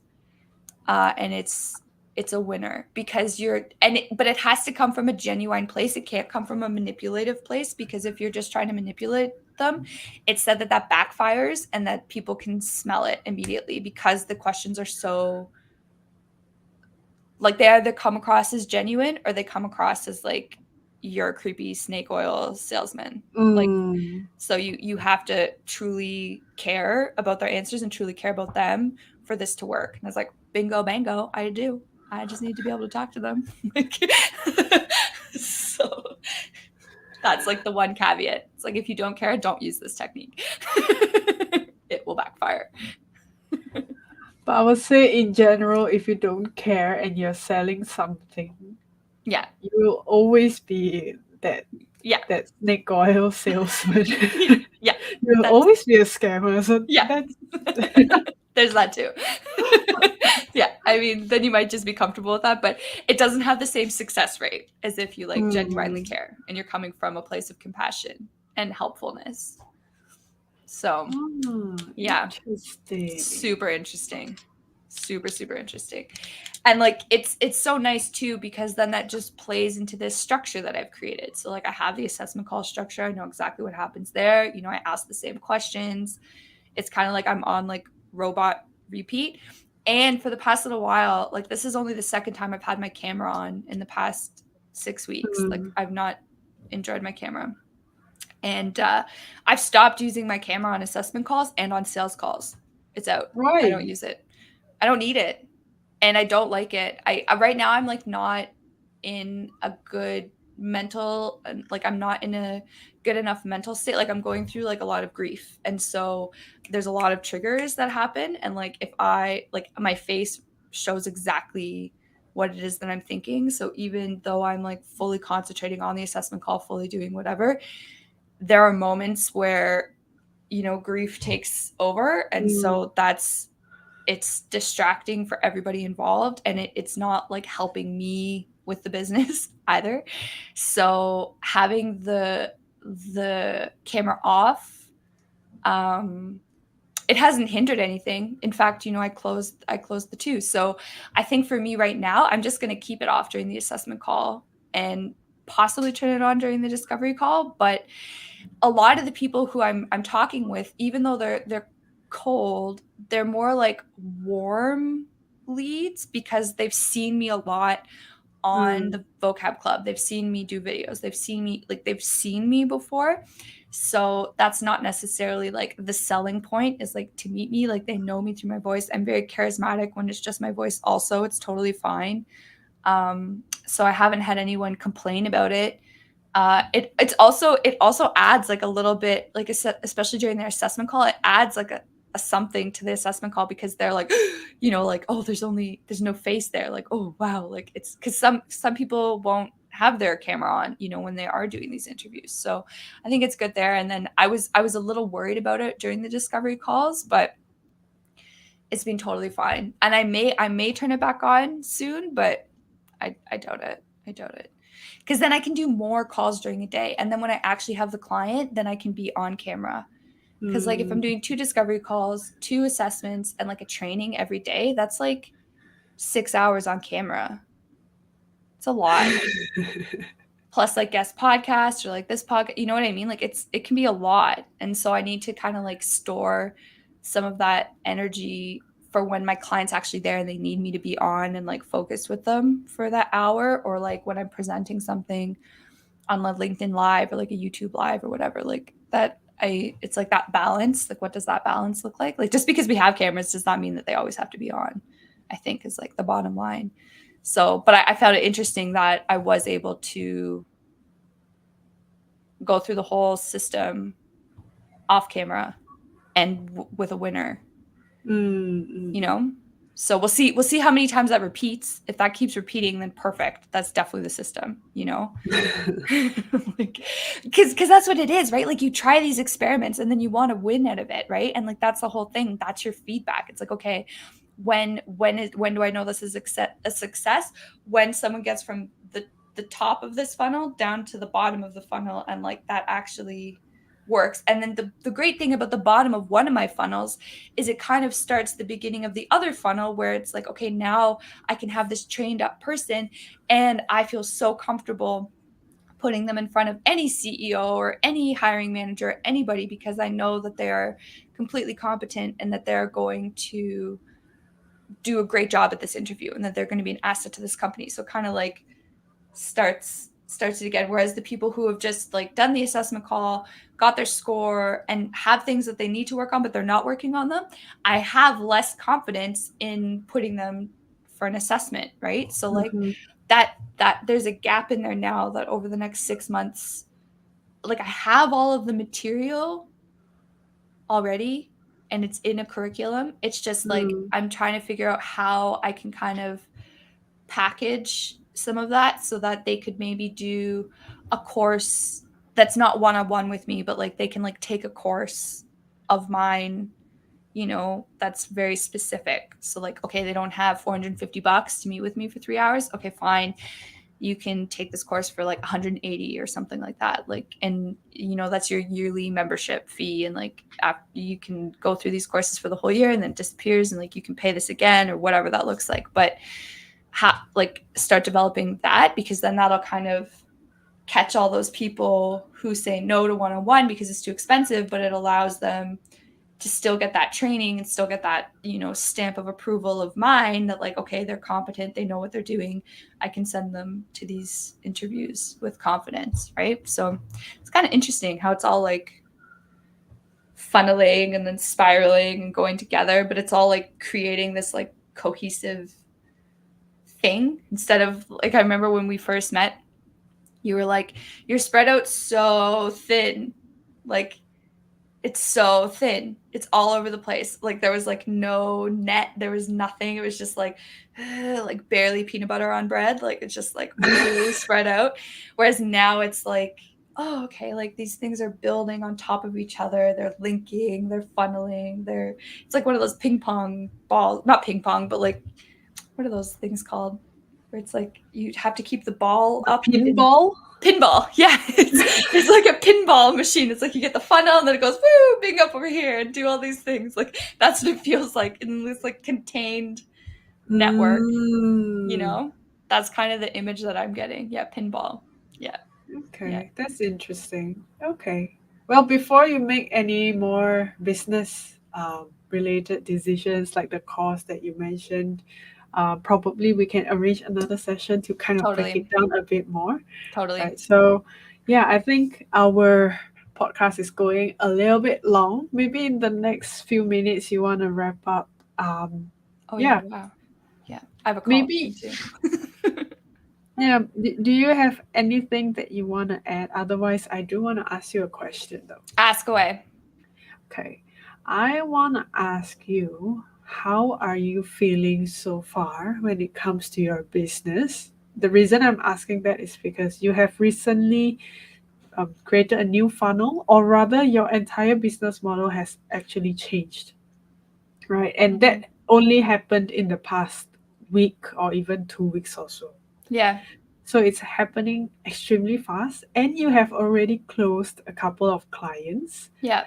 right? So it definitely proves that something is working, but it also means that now you have double the work to do because you have to juggle two sides of Yeah. everything, right? Yeah. So how are you feeling with all of this? Well, I wanted to figure out it piece by piece. So I wanted to figure out if I had like how I could get the candidates, because yeah, you're right. Like it's two sides. So it's like getting candidates, but then it's also hooking up with like hiring people and CEOs and that whole outreach. So as I was building my system, I had actually my dad get a list for me because he's a sales guy. He has all the lists, right? So I had him build a very specific list of hiring managers and people who are like involved in hiring UX professionals of 840 people. So I have a list of 840 people. So that was like built at the same time that I was building my candidate system. So now that I've like tried and tested my candidate system, so I know exactly the message that I send out to people, I know exactly how I get those leads to send them a message. So I know how to get the leads to send the message. I know how to send them the message to get them to book. I know how the booking goes and like what all of those messages are to like confirm the booking, fill out the form, all that stuff. So I have all that. I have the data being collected. I have the rubric set up so that it's just I set the scores and then I get all this output of things. So that's all automated now, and I know exactly what it is that I have to provide them. It's been like a few iterations of like how I have to provide them their feedback as like a PDF and how I send that message to them so that they then book this secondary call to discuss it and have this motivational interview.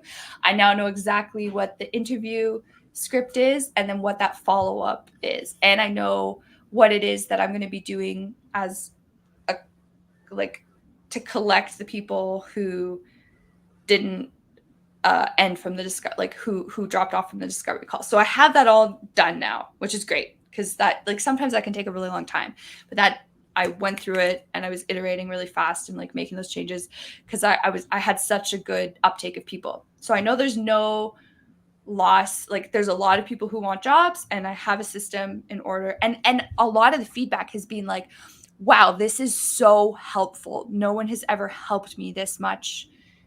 I haven't done an interview in a long time. Like this is a great baseline. So like even just the feedback from those candidates who they're happy. All of them are happy about it. You know, some of them are like, oh, I want to do this. Like they're all very happy with just the results, which is just this free thing that I'm doing. Right. So now over the next 2 weeks, my goal, I have been starting to reach out to about 20 out of the 840, like I I reached out to 40 people last week, basically. So I wanted to do like 20 a day, and I'm starting to do it through LinkedIn. And I've just been testing out that introductory connection message, because you only have like a certain amount of characters. So I've been testing out that introductory connection message to see how many of them actually connect with me when I send the request. Because I also have their phone numbers and I also have their email addresses. But I like going through LinkedIn first, because then you can say in your email, like, hey, like, we're connections on LinkedIn, or like, hey, like, you know, you can be a little bit more formal or informal, because it's not necessarily a super cold call. So my goal over the next 2 weeks is to start to build those relationships, because now I've also seen the success where I can build, it's not even a superficial relationship, but it's not like a really in-depth relationship. Like, we haven't like gone out and like done a bunch of things, but like, I knew this CEO, they said they were hiring. I said I had a great candidate, and then put them through that, and they got an interview, right? So like, I've seen success with that. So I know kind of how to start shaping those conversations with some of these people, right? So now it's just about, over the next 2 weeks, figuring out what the messaging looks like, how to kind of get them on board. What, maybe that's like an event. I don't know. Like, I'm not really sure. So that's kind of, now that I have the one side locked and loaded, and it's on repeat. Like, I'm booked out until the beginning of August. Like, there's 2 a day until August. And so that's just churning. That's fine. They have a candidate profile. They have a follow-up form. Like it's, I get their CV. Like, so I have candidate profiles being stored. Like, I have their videos, you know, like, I have a lot of information on the candidates. So now it's just like, now I'm focusing on that secondary side, which is building those relationships with the people. And it shouldn't be too hard, because I'm not starting from zero. It's not like on my LinkedIn I have like 5 connections. Like, I have over 6,000 connections on LinkedIn, and they're all UX professionals. So me reaching out to someone who hires UX professionals isn't like, why are you talking to me? They're like, oh, hey, what's up? Right? So I just have to like refine that message so that it's super attractive to them. It's not going to be the same message that I send out to candidates, right? So just about figuring that out. And also, for the assessment calls, you know, I created like a page. So based on your design system, I was able to create like a really quick page that I can send them.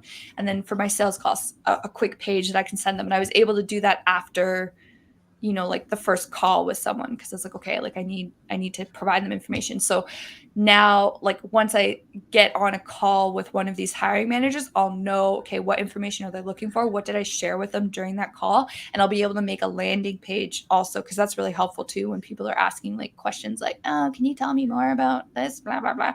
You just send them a page, right? And then you know, okay, this is a landing page. It's not necessarily like, you can't navigate to it from just anywhere. Like, it has to come from this funnel. Like, that's where you're navigating to this page from. So that's kind of like the next step. So in the next 2 weeks, that's really, it'll probably be like a month, 5 weeks. Like, this last one took about 5 weeks, right? So I'd love it to take 2 weeks, but it'll probably take about 5 weeks. And I don't want to burn through my list, because like the list is really great. So I want to make sure that like the first 100, maybe 200 I'm experimenting with. But I was talking to another person who, his list is like, he got a list of like 350 or something like that. And he said he wanted to hit 5 people from that list, and he wanted to get 5 people from his list. And I was like, okay, wow, that's an interesting number. I was like, I wonder what that would correlate, because like I've never like set goals like that. I just like do and like see what happens. But I was like, okay, so if your list is 300 something, my list is 840 something, what's your 5? What's my X? Like, what number do I have to get? So it turned out to be 14. So then if I can get like 14 really serious people from that 840, then I'm golden. I'm golden.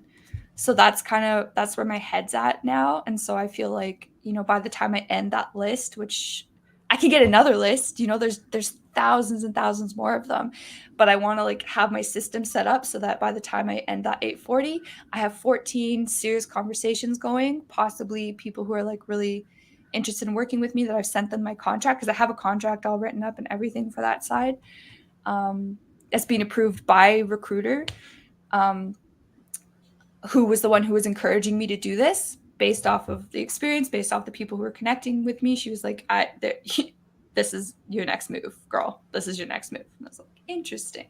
So I was also talking to someone who says that most recruiters have an 18-month runway. So it takes about 18 months for them to actually start closing bigger deals. And then once that 18-month mark hits, they're just like flying. So I think like I already have the people, and that's usually the main problem, is finding the candidates. So I've already solved the like major problem. Now it's just about building relationships with people in charge, which is usually like my forte. So it'll just be interesting to see how that kind of plays out. And if the goal is only to get 14 out of the 840, I could definitely do that. Like that's totally reasonable. You know, like I always thought it had to be like 500 out of the 840. And when he said 5 out of 350, I was like, 5. Like, okay, I'm done. I can do this. You know, and that's also part, like, I'm starting to try and get advertising for the newsletter. I'm also offering to some of these people who are like UX leads. You know, they have a team budget to like train their teams of UX designers on presenting and communication. So I've also been reaching out to leads who don't necessarily hire because they're not the directors, but they have a budget. I've been reaching out to them saying like, hey, I can do workshops for your group, you know? So there's all these like little touch points that are kind of coming together, that it's just really a sequence of messages that I have to refine. And most of them are refined. It's this new piece with actually reaching out to the CEOs and the people that is needing the refining.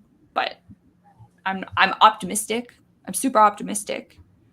I don't see there being any problem. And especially since of that, just the past success that I just had with getting the interview and like having this person be a super strong candidate, that's something I can like say to them. Be like, I have a track record of placing strong candidates, you know? And that's really all they want. They want to save time and like not have to go through the whole hassle. So I feel like I'm optimistic. I'm trying not to go too fast. I'm trying to be very methodical and keep my notes really handy. You know, even with that script that I just gave you, I had like discovery call 1A and discovery call 1B winner. Like this is the one that worked, right? So it's like just like keeping all of that succinct, making sure that I have a really good system to keep all the candidate profiles there. Like I have the beefiest Airtable of life. Like it's such a beefy Airtable, but it's kind of where everything's going. So it's like my content management, my content pool, that list of 100, right? Whatever the 100, yeah, you know what I'm talking about. The sales calls versus the assessment calls versus the assessment feedback versus the forms that are on my website. Like all of that is like housed in this one base that then I can start linking things and tying things and putting things together. So I'm starting to see like all of those systems that I've been building over the past 3 years really start to work and play. And I'm talking to people who are like trying to develop those systems. And they're all telling me like, you're in the game, like you're playing the game. And I'm like, oh, am I? That's great. Thank you. So I'm like starting to accept that feedback and understand like, okay, yeah, I have a long way to go, but I'm not as fresh as I thought. Like I'm doing it. So it's just about doing it and not getting like too caught up and like, oh my God, like I don't know any CEOs. Like, it's fine. I'll know them soon. Within the month, I'll know a bunch of them. Right. So again, like you're saying, not letting that fear take over and just like systematically going for it. And like, what's my next step? This is my next step. Perfect. And then talking about that next step with a few people to see, you know, okay, are they doing it differently? Do they have some input? You know, like if I hadn't talked to my dad about my next step, I wouldn't have had a list of 840 people, right? So like talking to people who can actually help, right? Like telling you like, hey, I'm thinking about doing these courses. And you're saying like, okay, before you do them. And in my head, it's like 6 months to a year, right? And you're like, hey, before we do them, let's have a chat so we can really focus it down and make sure you're not giving away everything like I have a tendency to do, right? So it's like about knowing when to share, when to work, when to rest, how to bring it all together, where to keep my notes. You know, some people have all these other systems. I have a very specific system that I use, and it's fine, and it works very well for me. So, yeah, I think it's pretty exciting. And like the fact that that one person told me, okay, it was an 18-month runway, that he's seen this repeatedly, like this is what he sees repeatedly. He's like, you'll get a few smaller ones before that, but it takes about 18 months. That to me gives me like a deadline date, right? And so after 18 months, I can go back and evaluate, okay, is this working? Is this not working? Whatever. But that just like to me is like a runway, and I literally get like a plane taking off visualization, and I can just like see where I'm at. Like I'm on the runway, I'm moving, you know. So I guess yeah, I'm optimistic. I'm content. I have a lot to do, but a lot of the systems that I've already put in place have already become kind of monotonous. Like, okay, like no, just show up to the assessment call. Okay, here are the questions. Like I'm not like rushing or scrambling. Like I have one basically right now. I have the tabs open. I know exactly what's going to happen. You know, I just have to be quiet for 45 minutes. Just that's the hardest part. You know? Well, I think you have such a good structure that is in place right now. Like you said, you just have to let the gears keep running. So yeah, I'm like happy to hear like you setting things up, how this part links to that part, and your next plan and the next plan. Because even for me, I understood what you said. Nice. And I think that's a very big deal. You know, Yeah. when a lot of people, a lot of times when they're like, oh, I'm going to do this and then that. And I'm like, what? How? Yeah. Why? You know, how does Yeah. that link to that? And then they're like, oh, I'll figure it out. I'm like, no, you're not going to figure it out. But if you don't have that in your plan, it means that you have no idea what you're doing. Right? Yeah. But for you, I understood everything. So yeah, I'm really, really psyched and excited that you have this going. And yeah, I'm looking forward to like in 3 months, 6 months, like what's the progress? What's the new story? Like tell me everything. I want to know everything. Well, I'm happy to hear that, because when we first started, right? Like, oh my God, you were like, wait, what? Wait, why? How? Wait, Hillary, what? And I was just like,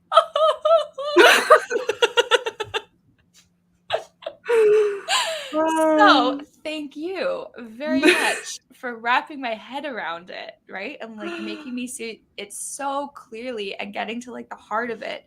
But then also being very encouraging when I was like, okay, but like, what about this? Or like, okay, but I heard this. You were never like, no, da da da. Like you were always like, okay, how does that fit into this plan? How does that fit here, right? What does that look like in the funnel? Like you're the only reason why I talk about funnels. I'm constantly talking about funnels now. I'm like, oh, the funnel. Have you seen my funnel? Oh, this is my funnel. I've added to my funnel. Oh, at this stage in the funnel.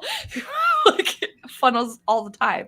So I think I really owe it to you for giving me like a crash course in clarity of like vision and mission and brand identity and goal setting, and not spreading myself out so far, and like keeping it cohesive and clear, right?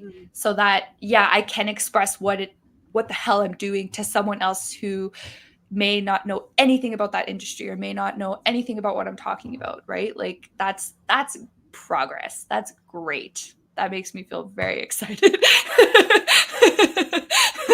Yeah, I'm so excited for you. All right. Yeah. So I think that was a great way to end today's podcast on a very high note. Very high note. Excitement and content, and being very proud of your progress so far. Yeah. And yeah, I think that is all for today. We will meet in the next 2 weeks. 2 weeks time. Yeah, just in 2 weeks time. So I hope you have fun on your sales calls today. Thanks. And I hope you close every one of them. Yeah. All right. Take care, Hillary. Okay, bye, Miss. Bye. Thanks. Bye.